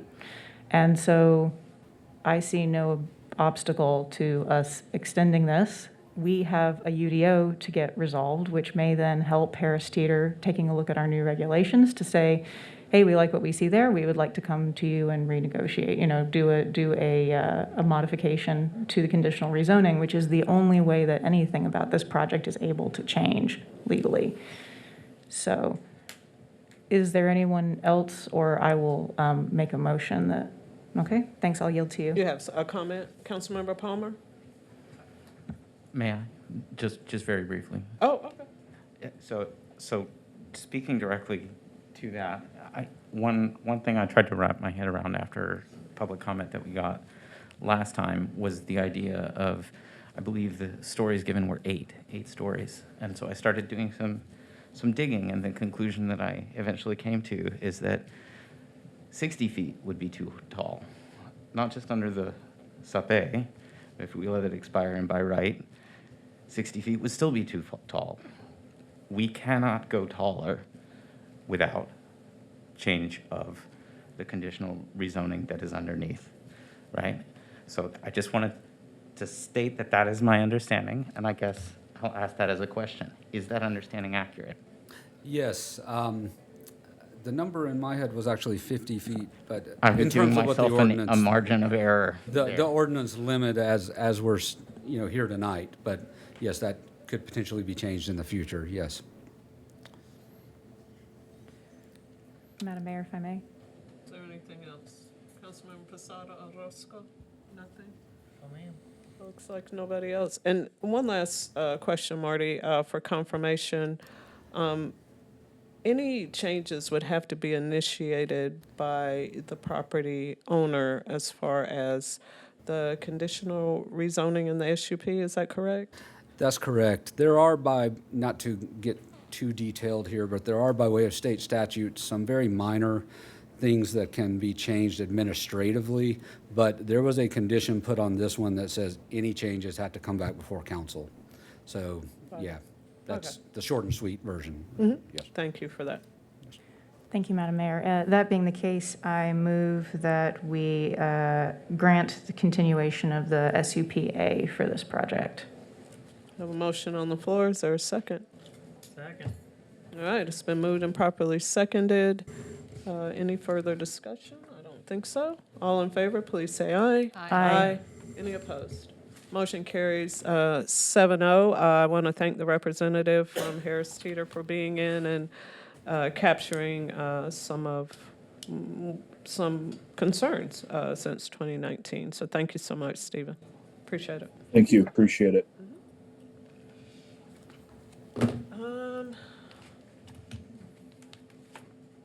Town Manager Tony, information item, which is next. Thank you, Mayor. The next item is information only, no action tonight, for an update and next steps on reimagining Weaver Street project. This presentation will be given by our planner. Come on up, Duncan Dodson.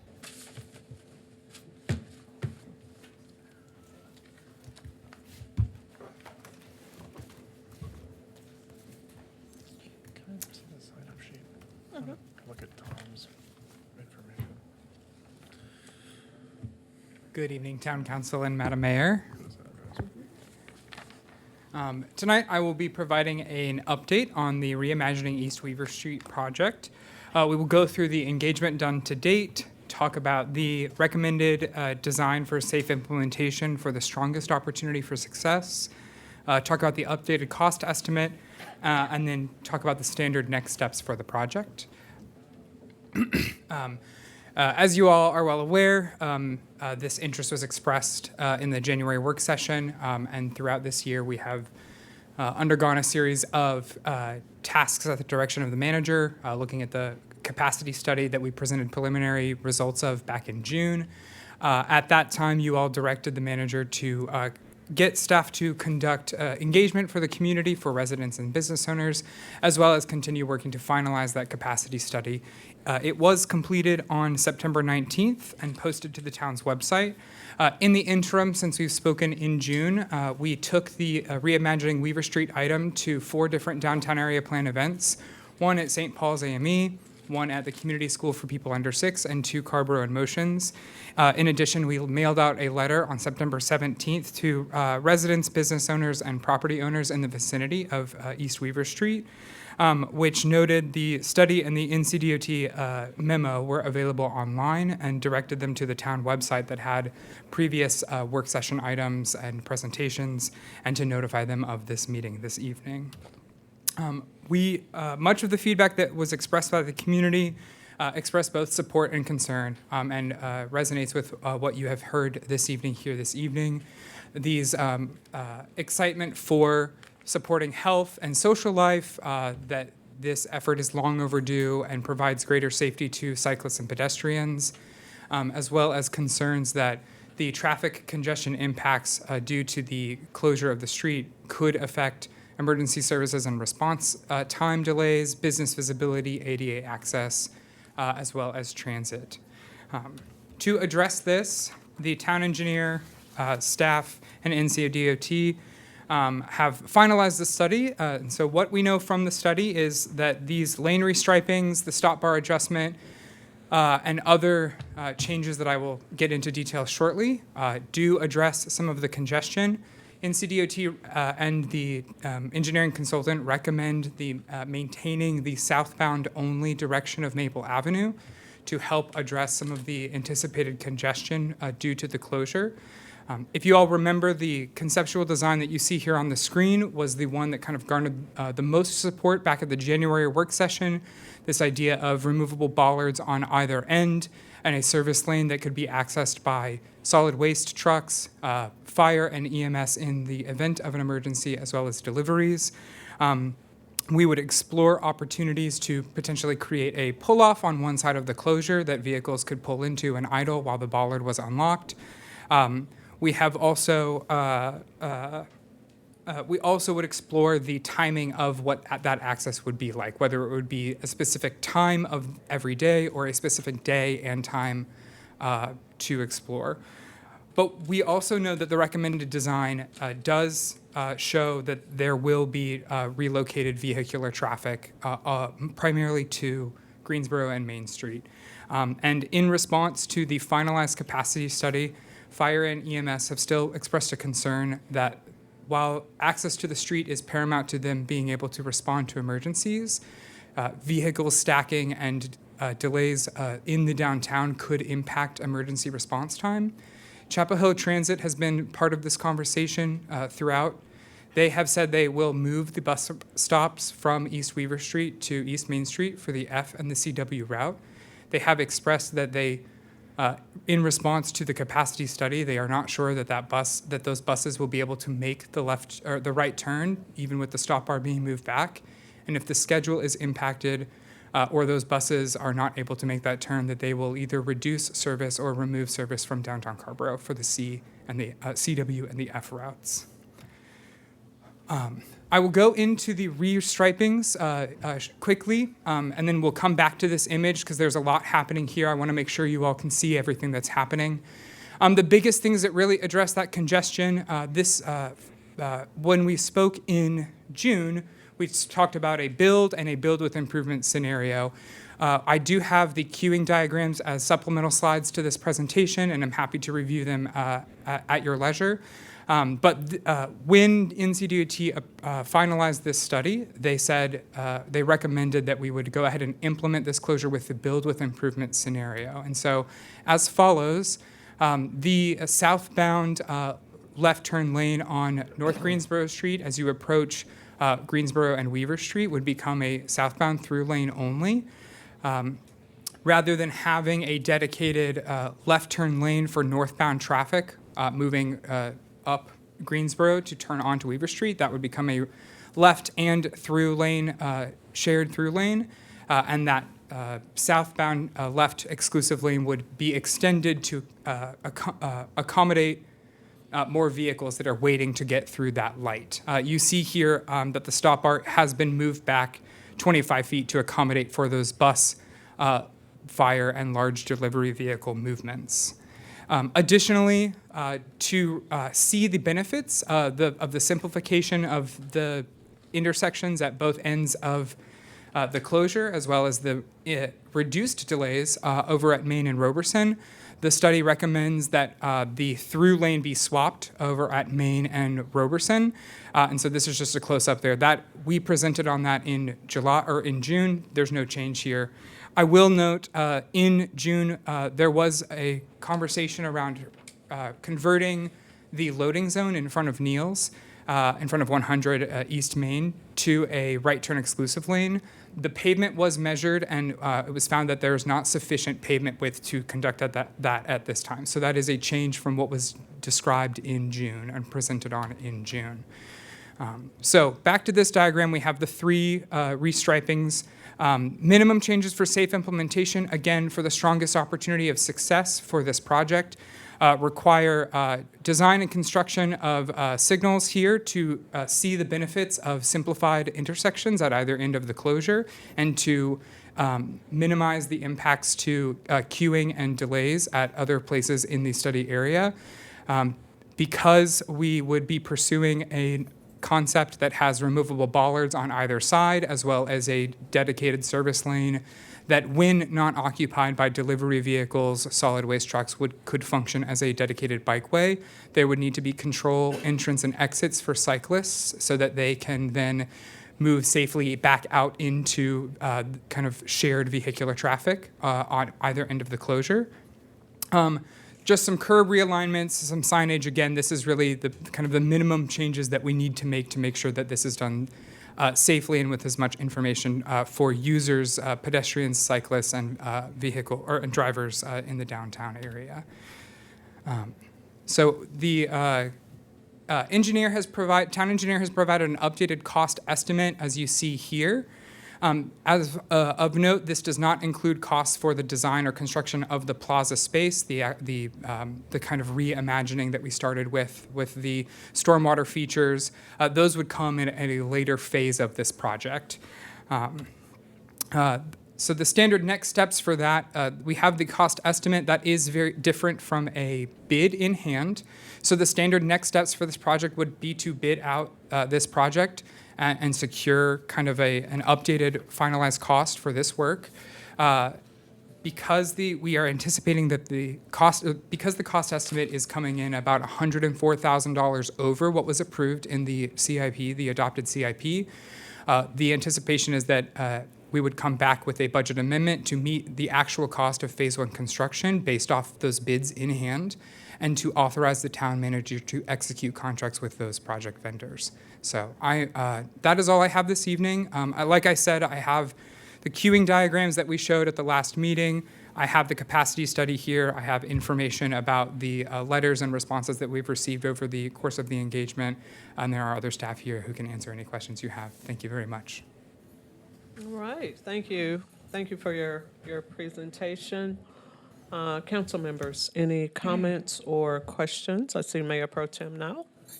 And then Councilmember Posada Rosca and Councilmember Frey. Thank you so much. Councilmember Haven O'Donnell, go ahead. No guarantees this is my last round of questions. But one thing that troubles me, dig in for me if you can a little bit more on this process. Like Chapel Hill Transit is not sure those buses can make the turn even with the stop bar. What does that exploration look like? How do we know that?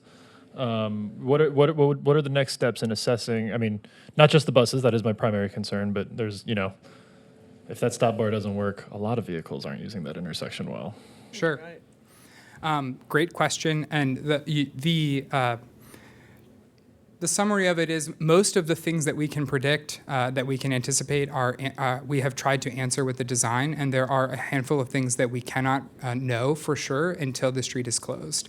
So while the engineering design creates enough space for a bus to turn, there would be driver behaviors as well as other factors that we are unable to predict with any more information from the capacity study. What the capacity study says is the design of the road would allow for large vehicles to make that turn. And so it is the difference between what the engineering study design says and what Chapel Hill Transit has seen of drivers on the road. Okay. That's very helpful for those of you who are listening to the decision making. I think that puts us in a tough spot to analyze. NCDOT, in my experience, is very conservative with these kinds of considerations. I don't think of NCDOT as being particularly aligned with any kind of activist vision for a car-free future. It suggests to me that the design is likely pretty solid. The DOT would co-sign the build with improvements plan suggests to me that it's relatively firm ground for us to assume that these vehicles could make this turn. But I am given, and it's a subjective point here that Chapel Hill Transit is making, but it does give me real pause. Yeah, do it, yeah. I'm going to ask a clarifying question because you said driver behavior, and there's the bus operator, but there's other drivers, cars, overshooting the stop bar. Is that their concern, or is it their own driver's ability to make the turns? I can't be more. I don't have the exact breakout of to that answer. They have just talked about kind of vehicular and driver behavior at the intersection there. So So there's that. And then, so talk to me about the concerns that we've heard from David and others with the practicability of the bollard and the timing and the, those also seem like real concerns. And what would extended consideration of those concerns look like in our process? Is being that this is an informational meeting where we're not taking a vote. Sure, absolutely. So I think the primary change here was that the exploration of automatic bollards or a different design here would start with a cost reevaluation, and we could anticipate higher costs. This cost does include cost estimate from the town engineer does include the kind of removable manual locked bollards at either end of the street here, as well as this kind of service lane. And so we would need to conduct research as to what with the business community and with kind of professional stakeholders as well to understand what the alternatives are and what would work. We have explored removable bollards, and we would anticipate that the cost would be automatic bollards, and we have anticipated that the cost would be much higher if we say went in with a electronic removable, lowerable, and bollard that would then be triggered by either the presence of a vehicle or a RFID chip or something like that. We are ensuring that on one side of the closure there is space for a vehicle to pull off out of the intersection and go ahead and making sure that folks can move through, and then either the staff unlocking of or the delivery slash driver unlocking of that bollard, and then of course, as I said, movement or pavement markings on each side, and signal redesign to help those drivers and get back into the intersection after the business is concluded. So, I guess in the interest of being efficient with my time, as I famously am, I will say that it strikes me. I mean, so we're not on the hook for any expense while we continue to consider this and look at these bids right now. Yeah, this thinking that we have in hand represents, I mean, we are at a moment where we can continue to have these conversations sort of at no expense. Yeah. Yes. This is the design that has, this design work has come from our contract with Exalt and with the town engineer. And so I think that the question depends on the level of exploration that we are continuing to do here. But primarily, yes, we are not on the hook for additional funding here. Understood. I look at the network and there's a lot to like here. There's some very real and serious things that I think, for me, colleagues, all that makes sense here is for us to get with CBA and stay at this for a little bit. I'm thinking about my 4-year-old who's a walking head injury. She's just insane. And how delightful it would be to not have to worry about these cars. I'm thinking about the grid and the zoom out vision. It is, like removing that miserable 5-face intersection. There's a lot of sort of general congeniality improvement, but there's real things here. Money is real, especially with, I believe it was Emily's concern about climate resilience. I think that we are all interested in seeing this space not be blank asphalt long term. And I think that we are all given some pause about thinking about committing a large chunk of change before we have a plan toward that end. So I think that we would like to get sharper on that. And then I think we just have to continue to, my personal 2 cents right now is, this is a great informational item. Nothing is happening tonight. But I think those of us who are invested in the possibility of this succeeding, this is me here. I'll be getting at you, Jessica and Ian and Emily and David. We'll just stay at it is kind of where I'm thinking right now. And that will be all I have to say about this. And so I want to pop in real quick because this particular space is used by a lot of people. I think about my own husband who biked for many years until he busted his knee up, and now is solely in a vehicle. And some folks they're going to drive, and so the roadway is for a lot of people, right? So you got our drivers, we have our public transit, we have our bikers, we have our pedestrians. And another thing that's at stake for me is public trust and believing us when we say we're going to do, when we say we're going to listen, when we say we're going to take into account what everyone has come in here and said tonight. Some folks don't even know this conversation is going on. They'll show up, the road will be blocked, and they'll be like, I ain't gonna say it because I got a hot microphone, but y'all know what I mean. And so we're here to represent everyone's interest. And so I'm piggybacking off of what Mayor Pro Tem Niles said, that these conversations must continue. Everyone's voice has to be accounted for. This is a huge change for a lot of people within the community, and I would hope that we would work until we get it right. And I am into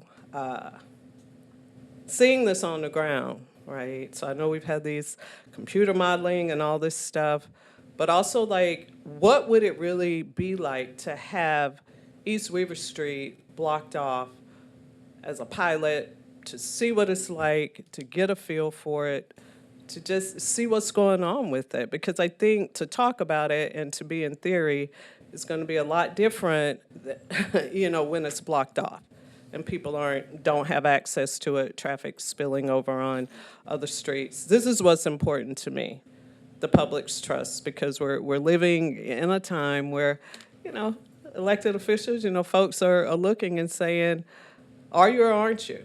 You know, and just kind of, what are you doing? And so this would be a good opportunity for all of us to just kind of work together and just see what we come up with, because to my understanding, there's not a timeline here. I know that there is a desire to, you know, have it closed off and, you know, for, you know, folks to gather and conversations about social district and things of that nature. I don't have a problem with that. But what gives me pause is what I've heard here tonight from various people, some who walk, some who bike, some who drive, you know, the bus, all of it.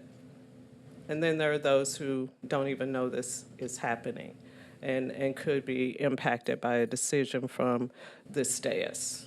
So I'm piggybacking off what Mayor Pro Tem Niles said about continuing conversations and, you know, seeing if we, you know, can make a more informed decision for the broader community.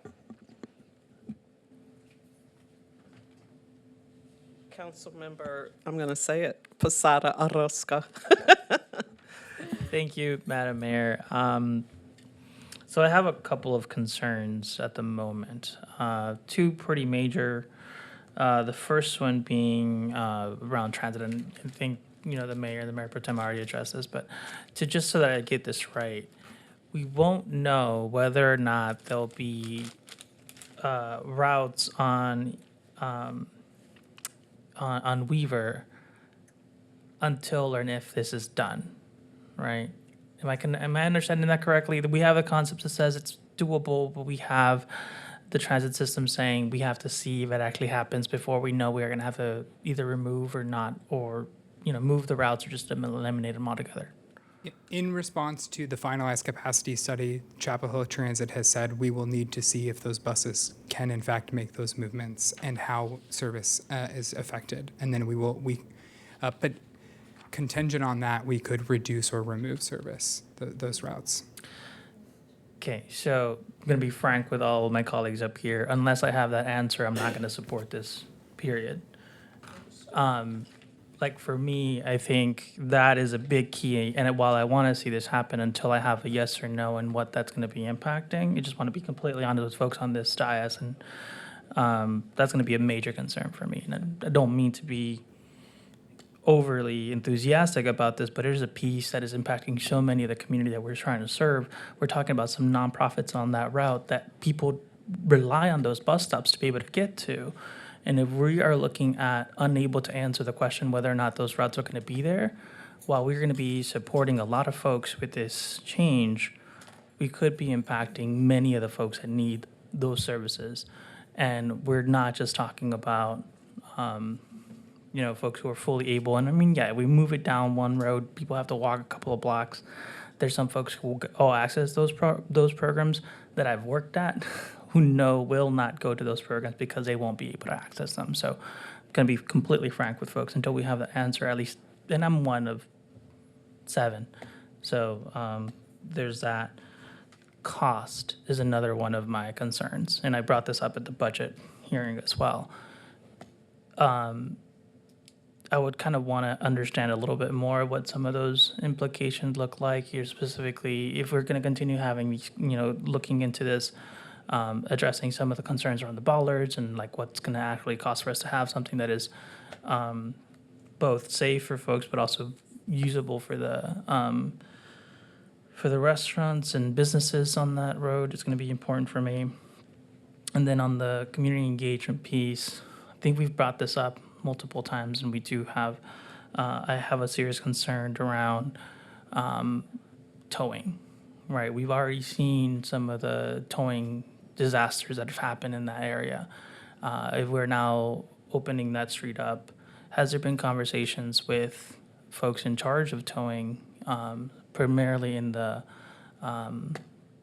Weaver Street lot, about should someone go to Weaver Street and then decide they want to get on that road, does that qualify them as leaving the property in order to get towed?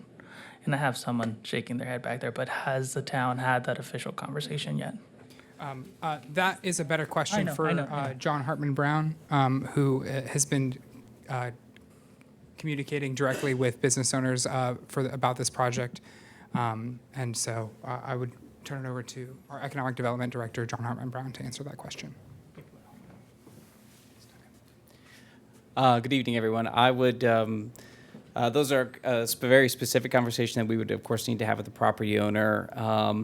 My presumption is that that's likely, that if people parked in that lot and went off the property, that at least under practices currently, that they would be towed.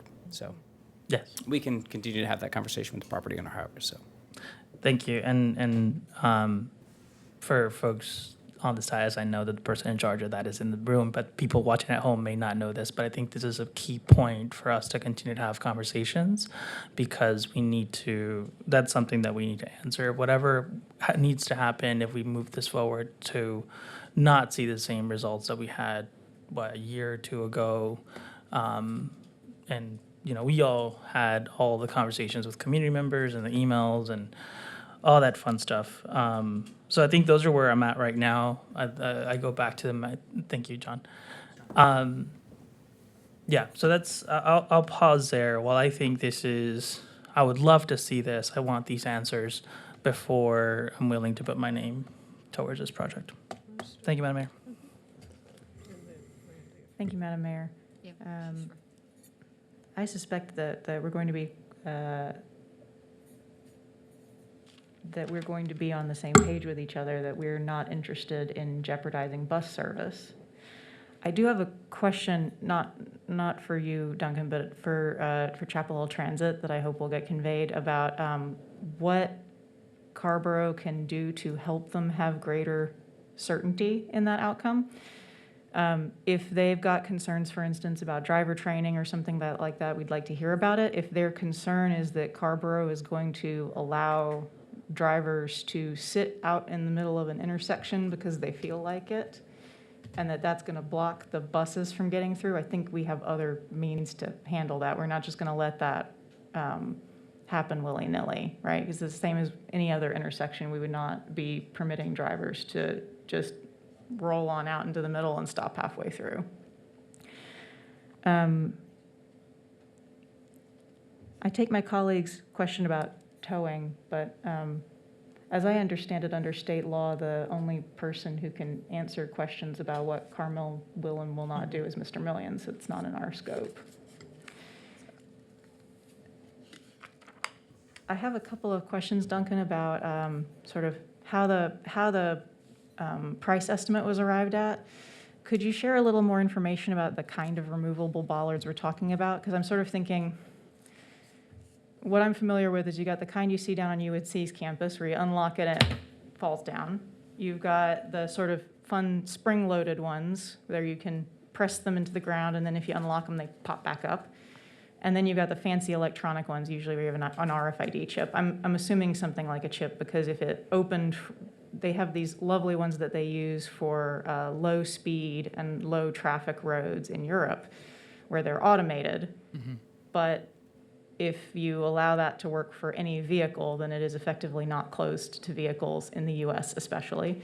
And if it's based on RFID chip, what I've understood from some folks about their service providers is that they don't know which truck is going to show up, so they don't have an opportunity to help their providers install a chip.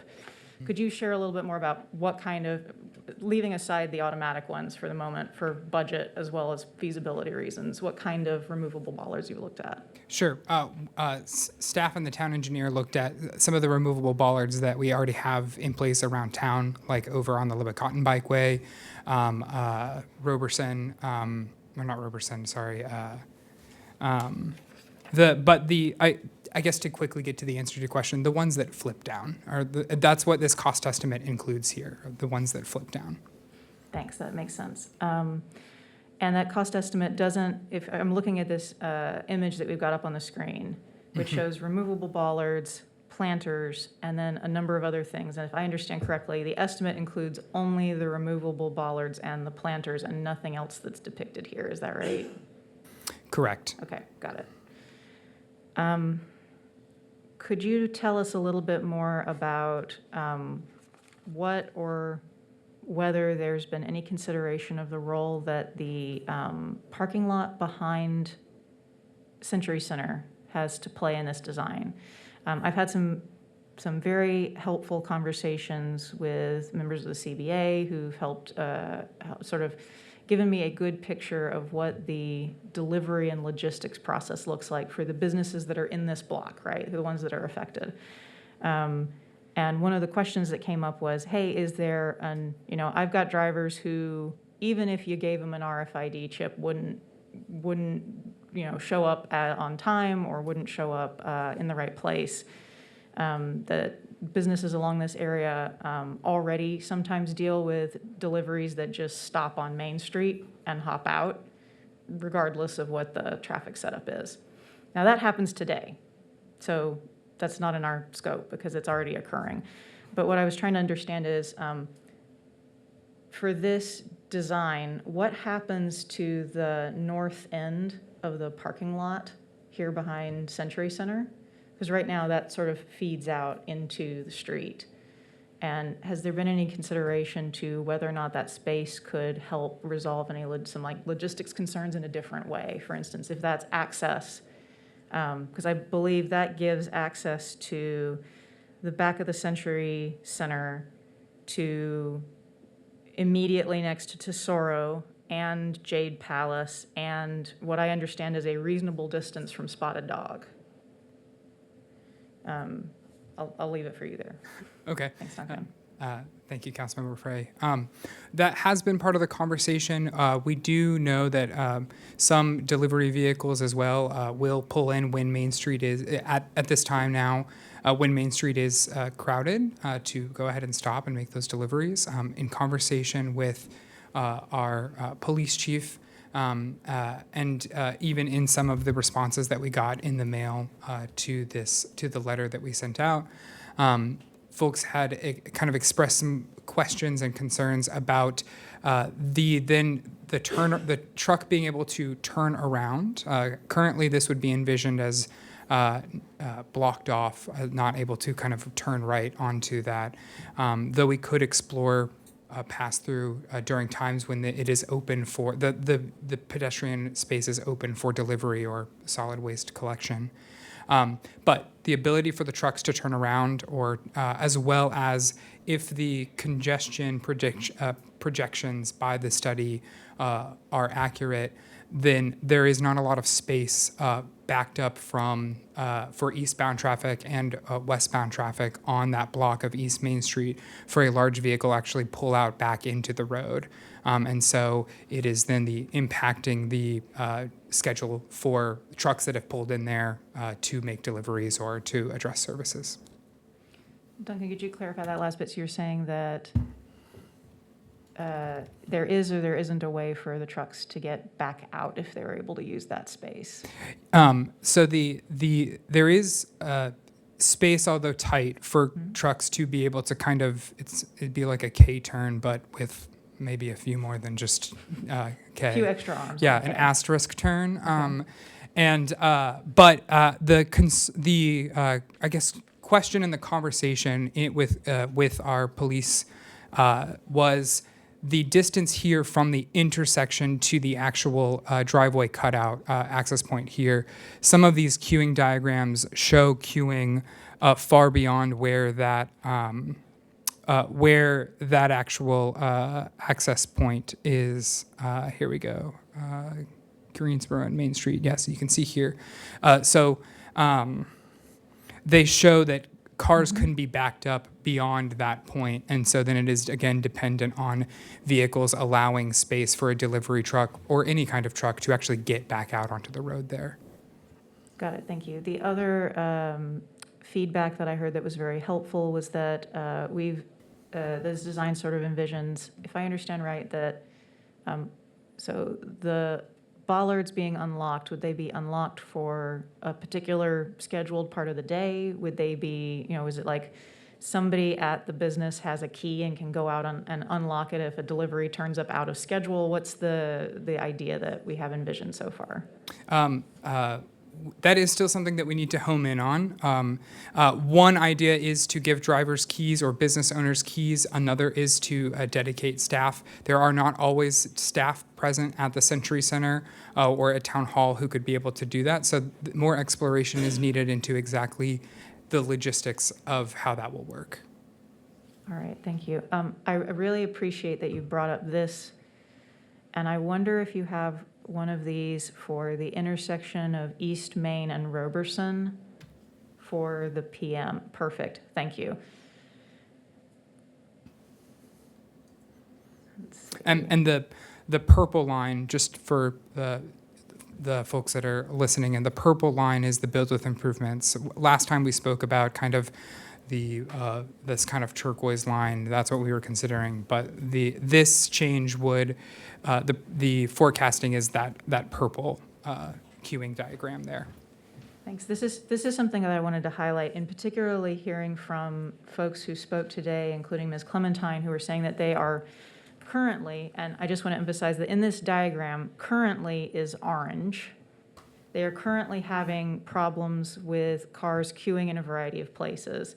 And we've received an analysis that I don't know if this includes all of the updates after we lost the extra turn from Greensboro, or if this is the original set of images that we got in the summer. It is the original set of images. We did ask the consultant to go ahead and provide updated queuing diagrams. They are not queuing diagrams, a queuing table. They were able to do that. That is in the approved study that is online. In addition, for the only intersection that it changed was Greensboro and Main Street, and it did not show substantial changes to the build with improvement scenario. And so we did not generate new queuing diagrams for that. Thank you. Very effective. I want to take a moment to help translate these for folks who are trying to follow this at home, having read through the study, because this is an important part of explaining why we are considering this change. So if you compare the length of the orange and the purple lines, what that is showing is orange is how far the cars back up right now, and purple is how far they would be expected to back up, accounting for adding all the cars from East Weaver Street to one of the other cross lanes. And if you're thinking, wait, this shows the queuing getting shorter at a lot of this intersection, yes, it does. And if you're thinking, well, how can that be possible if we've just taken a couple thousand extra cars and put them onto East Main Street? The answer is because when you do this, you get something like a 50% longer turn cycle. So the light at the intersection stays green longer, which means more folks can get through, which means the intersection functions more efficiently, and you can move more cars through and have folks back up less. This is just modeling. I want to emphasize that. But they basically assumed that every single trip that was currently recorded going along East Weaver Street. They took real data counts and they said, if we took these cars and we moved them onto the other side and it takes this long to get through the intersection and we change the signals in this way, here's the physical space that those cars have got to take up. So it's really solid modeling. The point of that long digression, and thank you for your patience, everyone, is that we're not doing this in ignorance of effects to traffic. We are doing this, in fact, in large part because we want to resolve some of the current problems with traffic, including access to neighborhood issues, queuing that backs up past entrance to Lloyd Street, including the time that it takes to get through these lights. I know Ms. Clementine pointed out that she began to have trouble when Main Street was restriped so that we lost the dedicated turn lane from westbound East Main Street onto Roberson. This plan puts it back and enables us to update the signals to go with that. So I think it's clear that there's a number of issues we still need to hash out. In particular, I'm thinking about delivery logistics for the businesses right there. And we really need some clear answers on bus service because we just cannot leave that hanging. But I'm still really happy to see that even DOT, who are notoriously down on pedestrianization projects, they actually thought that this would improve our traffic throughput, which is wild. That I didn't think we were going to end up on the same page as DOT on this, so I'm glad to see that. Especially on that, the other intersection, with the build would improve, the queuing, this surprises me very positively. That we would see improved throughput, particularly on the North Greensboro, north-south, with 3-phase improvement and one very modest change for the negative to the northbound. I mean, this would be a wild success for traffic. Yeah. I want to note that this is not just any old traffic. This is actual measured trips from peak farmers market. Okay. Thank you very much. Thank you. No, thank you very much, everybody, for listening. I just feel it's really important because we've got a lot of highly technical engineering stuff, and it's really helpful to boil that down for folks who are paying attention. And I yield back. Thank you, Madam Mayor. Councilmember Haven O'Donnell. Okay. So I really appreciate the comments of the fellow council members. I think they're really important to consider. I'm just going to take a step back and a step aside for a moment. I don't know, well over a decade ago, I was really excited about the concept of a WUNRF up in Asheville. And our mayor at the time, we had robust conversation about East Weaver because of that, because we were all like, yeah, we could do what Wall Street did in Asheville, except Wall Street happens to go into a network of streets that's within a network of other streets, and Scarborough really has 2 streets. And that's what brings us here today. And so I've learned a couple of things over the years. I really appreciate that we have done this study and worked with a consultant. However, I feel like the study and all this information tells us how we can do it. It directly says, this is what you can do. If you want to do this, this is how you do it. It does not include some key factors. And one of them, I'm just going to start from this space and try and work back in. Last year, a group of us went to Ann Arbor. And in Ann Arbor is like, I don't know, what, 5, 8 times the size of Scarborough, and has a robust downtown that far more robust than Raleigh, okay? And they spent a good deal of time working through how they were going to create bike and ped spaces downtown that would be car-free. And what they did, and I talk about this because not that there's not other places that have done this in just the same way, but because many folks on staff had gone to Ann Arbor and council. So what they did was they tested it to get a measurement of who's coming down, when were the times that businesses would be least impacted. They looked at 1 day a week, they looked at weekends, they looked at Sundays. They ran filters over their pilot. 1, we need a pilot. 2, we need to run it maybe once a month, maybe on Sundays. This goes back to the conversations over the last 2 decades that we've had right here in this room with the council. And even though this study shows we could go forth and do this tomorrow, I agree with council. You know, it's more than just conversation. We need data, okay? On if we tested this out and we looked at it, you know, 1 day a month, maybe on a Sunday, what would that look like? Additionally, what we do not know, you know, is how folks coming downtown that 1 time a month, what they would think, what's their impression of it. Ann Arbor did something interesting that I thought. They had multiple streets that tested it. We won't have that advantage. But they had multiple streets, and they got data from multiple street closings so that they could see which one worked the best and why. So all I'm saying is that if they could do that, they set a model that to me makes sense for us to follow before we throw money at anything else. Second, engagement.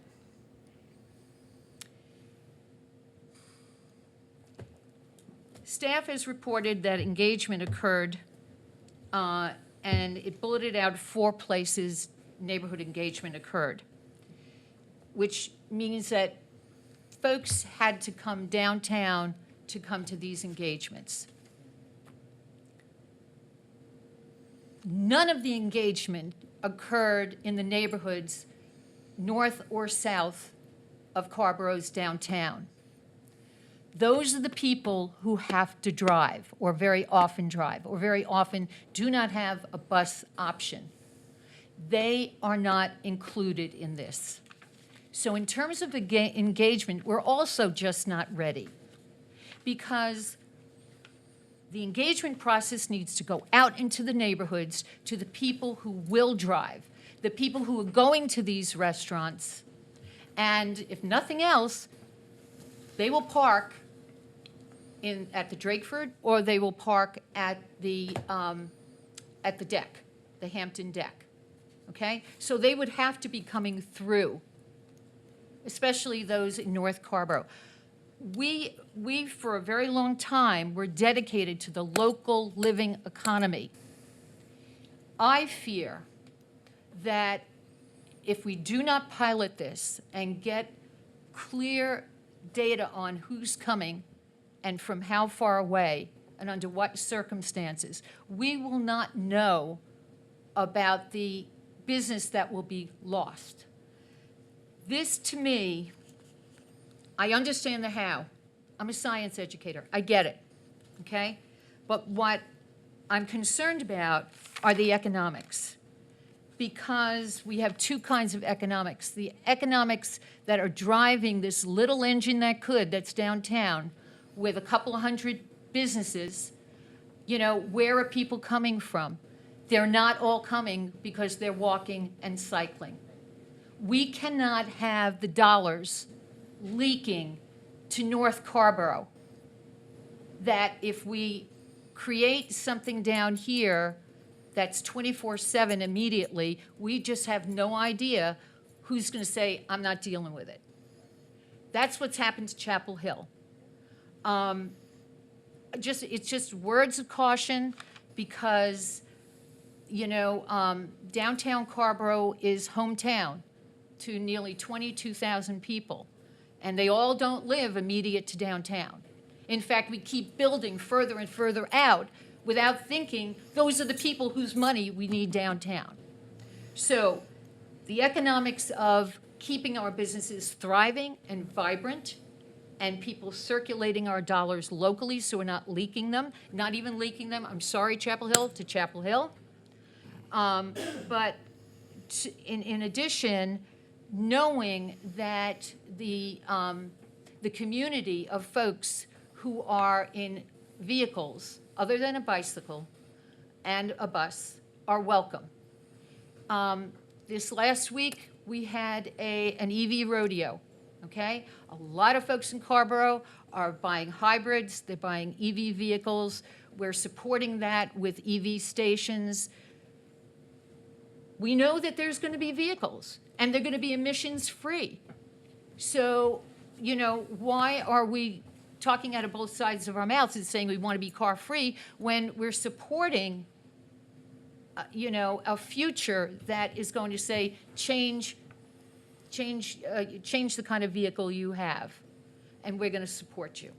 So I'm just being flat-out realistic here that I love this idea. I've always loved it, but there are things about it that need to be tested before we say yes, no. This study looks to me like it's a yes without any of this other information. And so, I feel that there's a whole community out there that needs to be engaged, that doesn't even know that this is as far along in its deliberation as it is. There are businesses who these changes that you can figure out how to mitigate might kill them. Might just kill them because they're mom and pop businesses, because they're small businesses, because simple things to us that we could figure out what to do with bollards just might be too much in terms of delivery or in terms of access. And so this is all to say, great idea, but I would rework how we address the interest with designing a pilot and running a pilot for a year or so that we can get the information we need and the right kind of measurements. Additionally, get engagement to include all of Carborough and not just where we say, well, we're going to have it at 4 or 5 places. We're going to have it at, just 4 or 5 places, and they're going to be all downtown. You've got neighborhoods who they're driving through this town all day long, and they have no idea that this is going on, and we need them to be involved. They want to be involved, and we need their revenue. That's it. Thank you. I didn't get a hand clap. No, I was coming No, I was just off of Barbara. kidding. I was just kidding. No, but it was coming off of you, yeah. Thank you, Councilmember Haven O'Donnell, all my other colleagues for the weigh-in. I see Councilmember Merrill and Palmer. You're welcome if you have anything. Councilmember Merrill or Palmer, whoever wants to go first. I don't have a whole lot to say. Surprise, surprise. I have talked to a handful of folks in the business community. Obviously, we've heard from some folks here tonight, too. I do like the idea of a pilot that is focused on weekends so we can kind of get the maximum draw benefit with the minimum disruptions. I think that would be an idea worth exploring. I think if and when bollards go up, and hopefully this is part of the kind of bid that they include very clear signage about where public parking is located and where private parking is located, so that when visitors are arriving from our east, they know which way to turn so that they don't get towed. And I just wanted to echo what I thought was a really impactful comment of the night, which is you can find a town full of cars anywhere, but you can't find a town like ours anywhere, especially full of people. So that's all. Thanks. Thank you, Councilmember Merrill.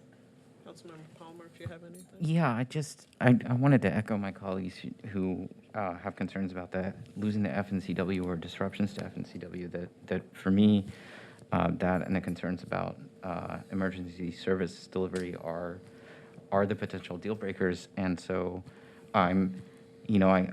what I'm hearing in a sense was that there's not a great way to know without some real world testing. And so what I'm wondering is, in the spirit of some sort of pilot, like I know that Chapel Hill Transit runs special buses to figure out timings for route changes, to training drivers. Is there a mode and a context where we could have cones, or we could have something that would essentially mimic the behavior?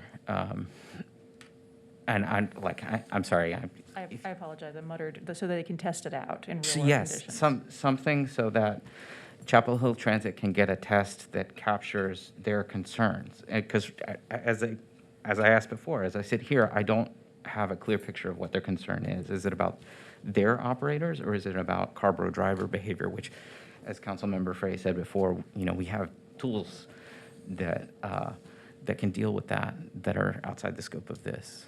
But that's all I had to say for tonight.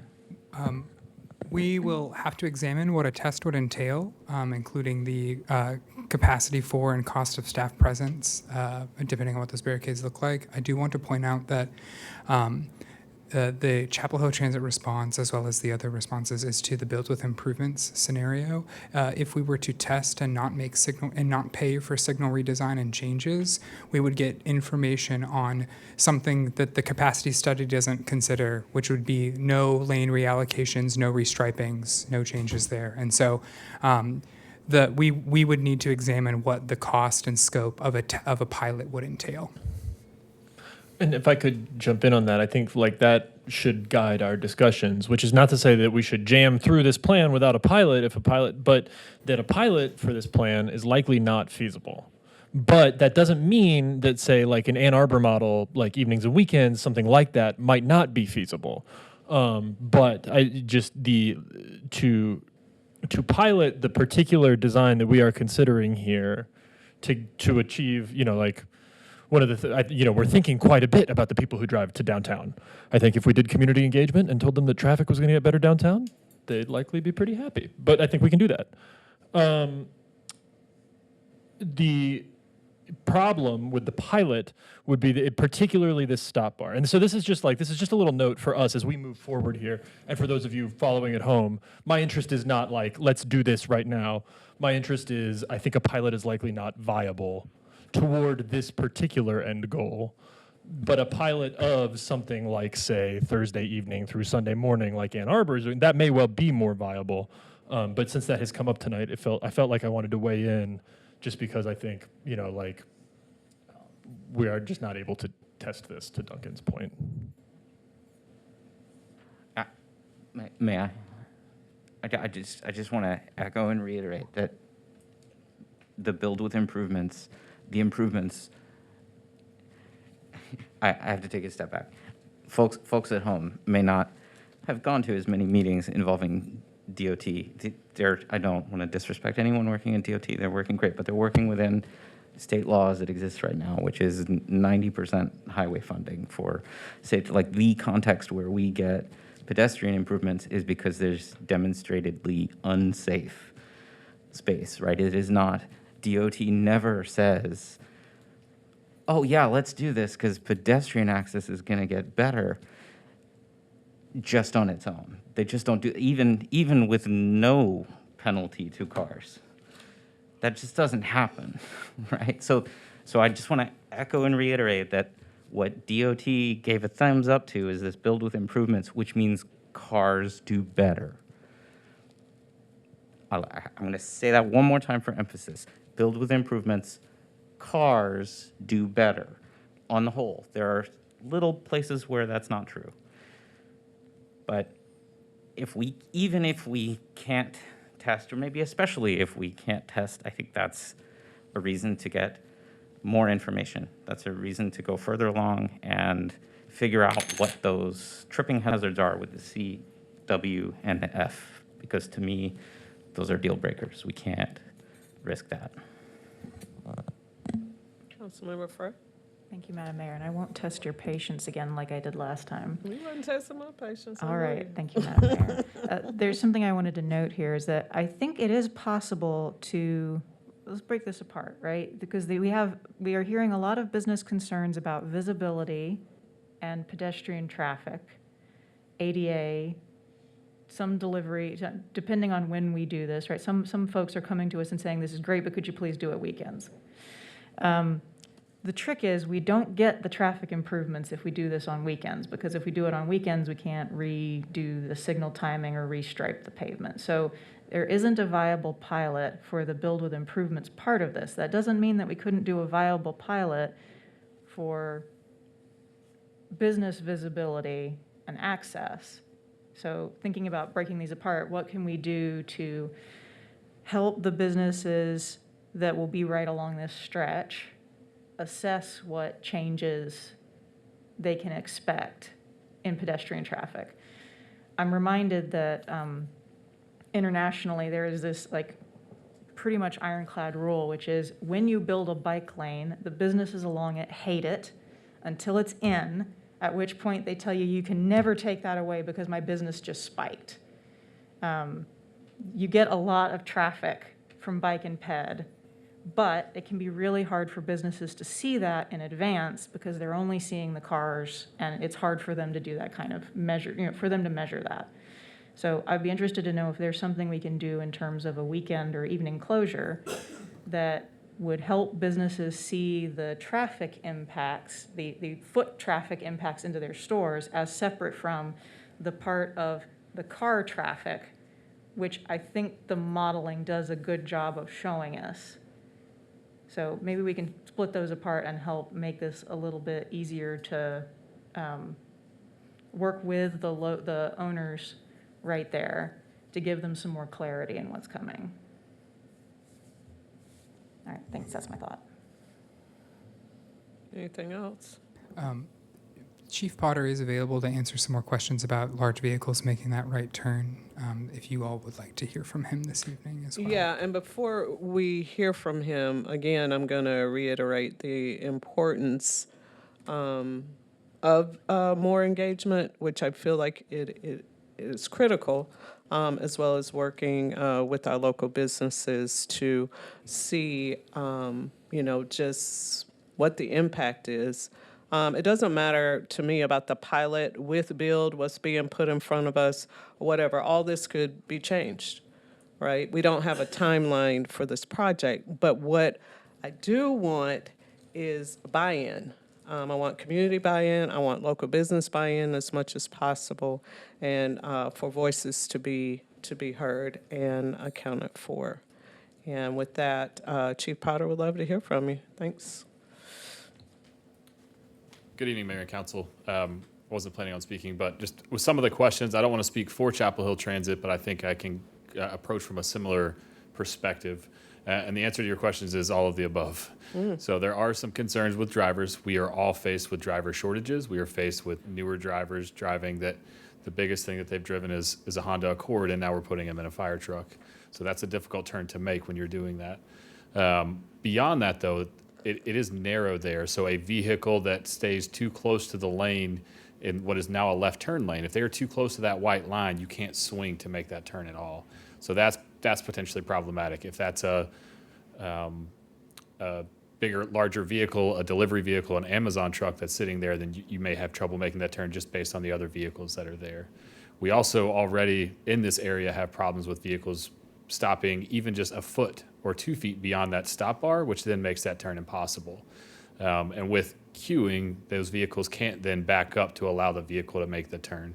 So it's difficult to say exactly what it is. I think it's really, really multifaceted in what the concerns are for making that right turn. It's a tight intersection. It's also, you have short sight lines because of the building being there. So really that is problematic, and we won't know because we feel confident that people will drive past the stop line, and that's difficult to police. And we know that, once again, we do have younger and newer drivers that will have trouble making that turn. So.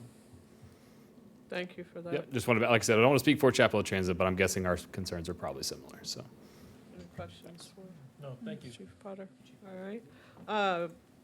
Any other questions for, nope, staff? Direction? Any direction? I've heard a lot about pilots. I've heard some about community engagement, the need to gather more input, and work more with the business community, engagement out in our neighborhoods, particularly North Carborough is another thing that I'm hearing. And so, council members, is this the direction that we want to go in as we try to figure out about East Weaver Street? And then there was concern, at least one concern about cost. And nobody knows how much the cost would be to actually turn it into this plaza atmosphere, which would be quite nice. But that's a cost that we don't have. We have like that initial cost that you showed us of 300 and some thousand. I see Councilmember Palmer and Posado Orozco. Yeah, well, I just wanted to make sure that we captured the request to get some feedback from Chapel Hill Transit of what we could do that would allay their concerns, if anything. He has it. Okay. Thank you, Councilmember Palmer. Thank you, Madam Mayor. I think one of the only things that I would add to the community engagement piece is if there could be some targeted outreach, not just to the businesses that are going to be directly impacted by this, but also the nonprofits and the other folks down Weaver Street. I don't know how much engagement has happened with some of the nonprofits there, but I'm curious if they're aware and kind of any possible implications of not having a bus route potential. You know what I'm saying. Just I want to engage them as well so they understand some of that. Yeah, that's where I'm at. Thank you, Madam Mayor. Madam Mayor, Yes. I'm particularly interested in making sure that we gather information from the directly affected businesses about their logistical needs and make sure that we have a design that allows them to get their key services delivered. Oh, yes, very good. Yep. Council members, anything else that we want? Looks like everything else is covered. And so will you come back to us about information about a pilot and what is most feasible based on feedback from council members? Is that information that's going to come back as far as any type of pilot? Like, At the manager's direction, we will. At the manager's direction, we will go ahead and answer, gather information, and kind of go through the direction that you've provided to the manager and us this evening, and then at the manager's discretion, we will likely return with another information item or more information, either in the CMU on the project website. There are a myriad of different ways that we could inform the community about the findings of this kind of the follow-up to this meeting. okay, sounds good. Council members, anything else before?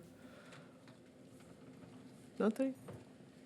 Very good, thank you. We Thank you all. appreciate it, and thank you, Chief Potter.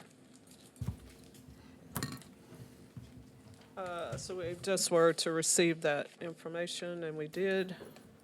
And the request was to follow multiple points for more information and engagement from council members. I think we have one more item. Last item of the evening is board appointments, our town clerk.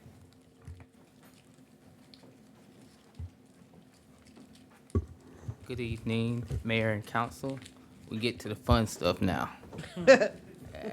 We get to a board appointment. We have one applicant for the Board of Adjustment, and I think you have the little sheet I tried to conserve on paper, so I gave you a little slip. So if you could just, I would turn it over to the mayor and let the mayor have the discussion on how you want to proceed with this appointment. Right, so Board of Adjustment, we have, looks like one applicant. And I presume we've all read the application. And I am just going to ask if there's a motion on this name. Madam Mayor, I would move that we appoint Andrew Whitmore to the Board of Adjustment. Second. Thank you so much. It's been moved and properly seconded that we appoint Andrew Whitmore to the Board of Adjustment. All in favor, please say aye. Aye. Any opposed? Motion carries 7-0. That is I see a finger up. It isn't. Councilmember, do you have a comment or you have a motion? Just another matter just for the council. Oh, okay, yes, Yeah. for sure. Thank you, Madam Mayor. It's, I just want to let y'all know that next week on the 14th, I will not be able to attend the work session. I'll be out of town, so I just want to give a fair notice to everybody on that note. And you will not be able to join not. virtually, is what you're saying? No, You just I will won't. not be available at all? I won't be Thank available. you so much for that. Anything else, council members?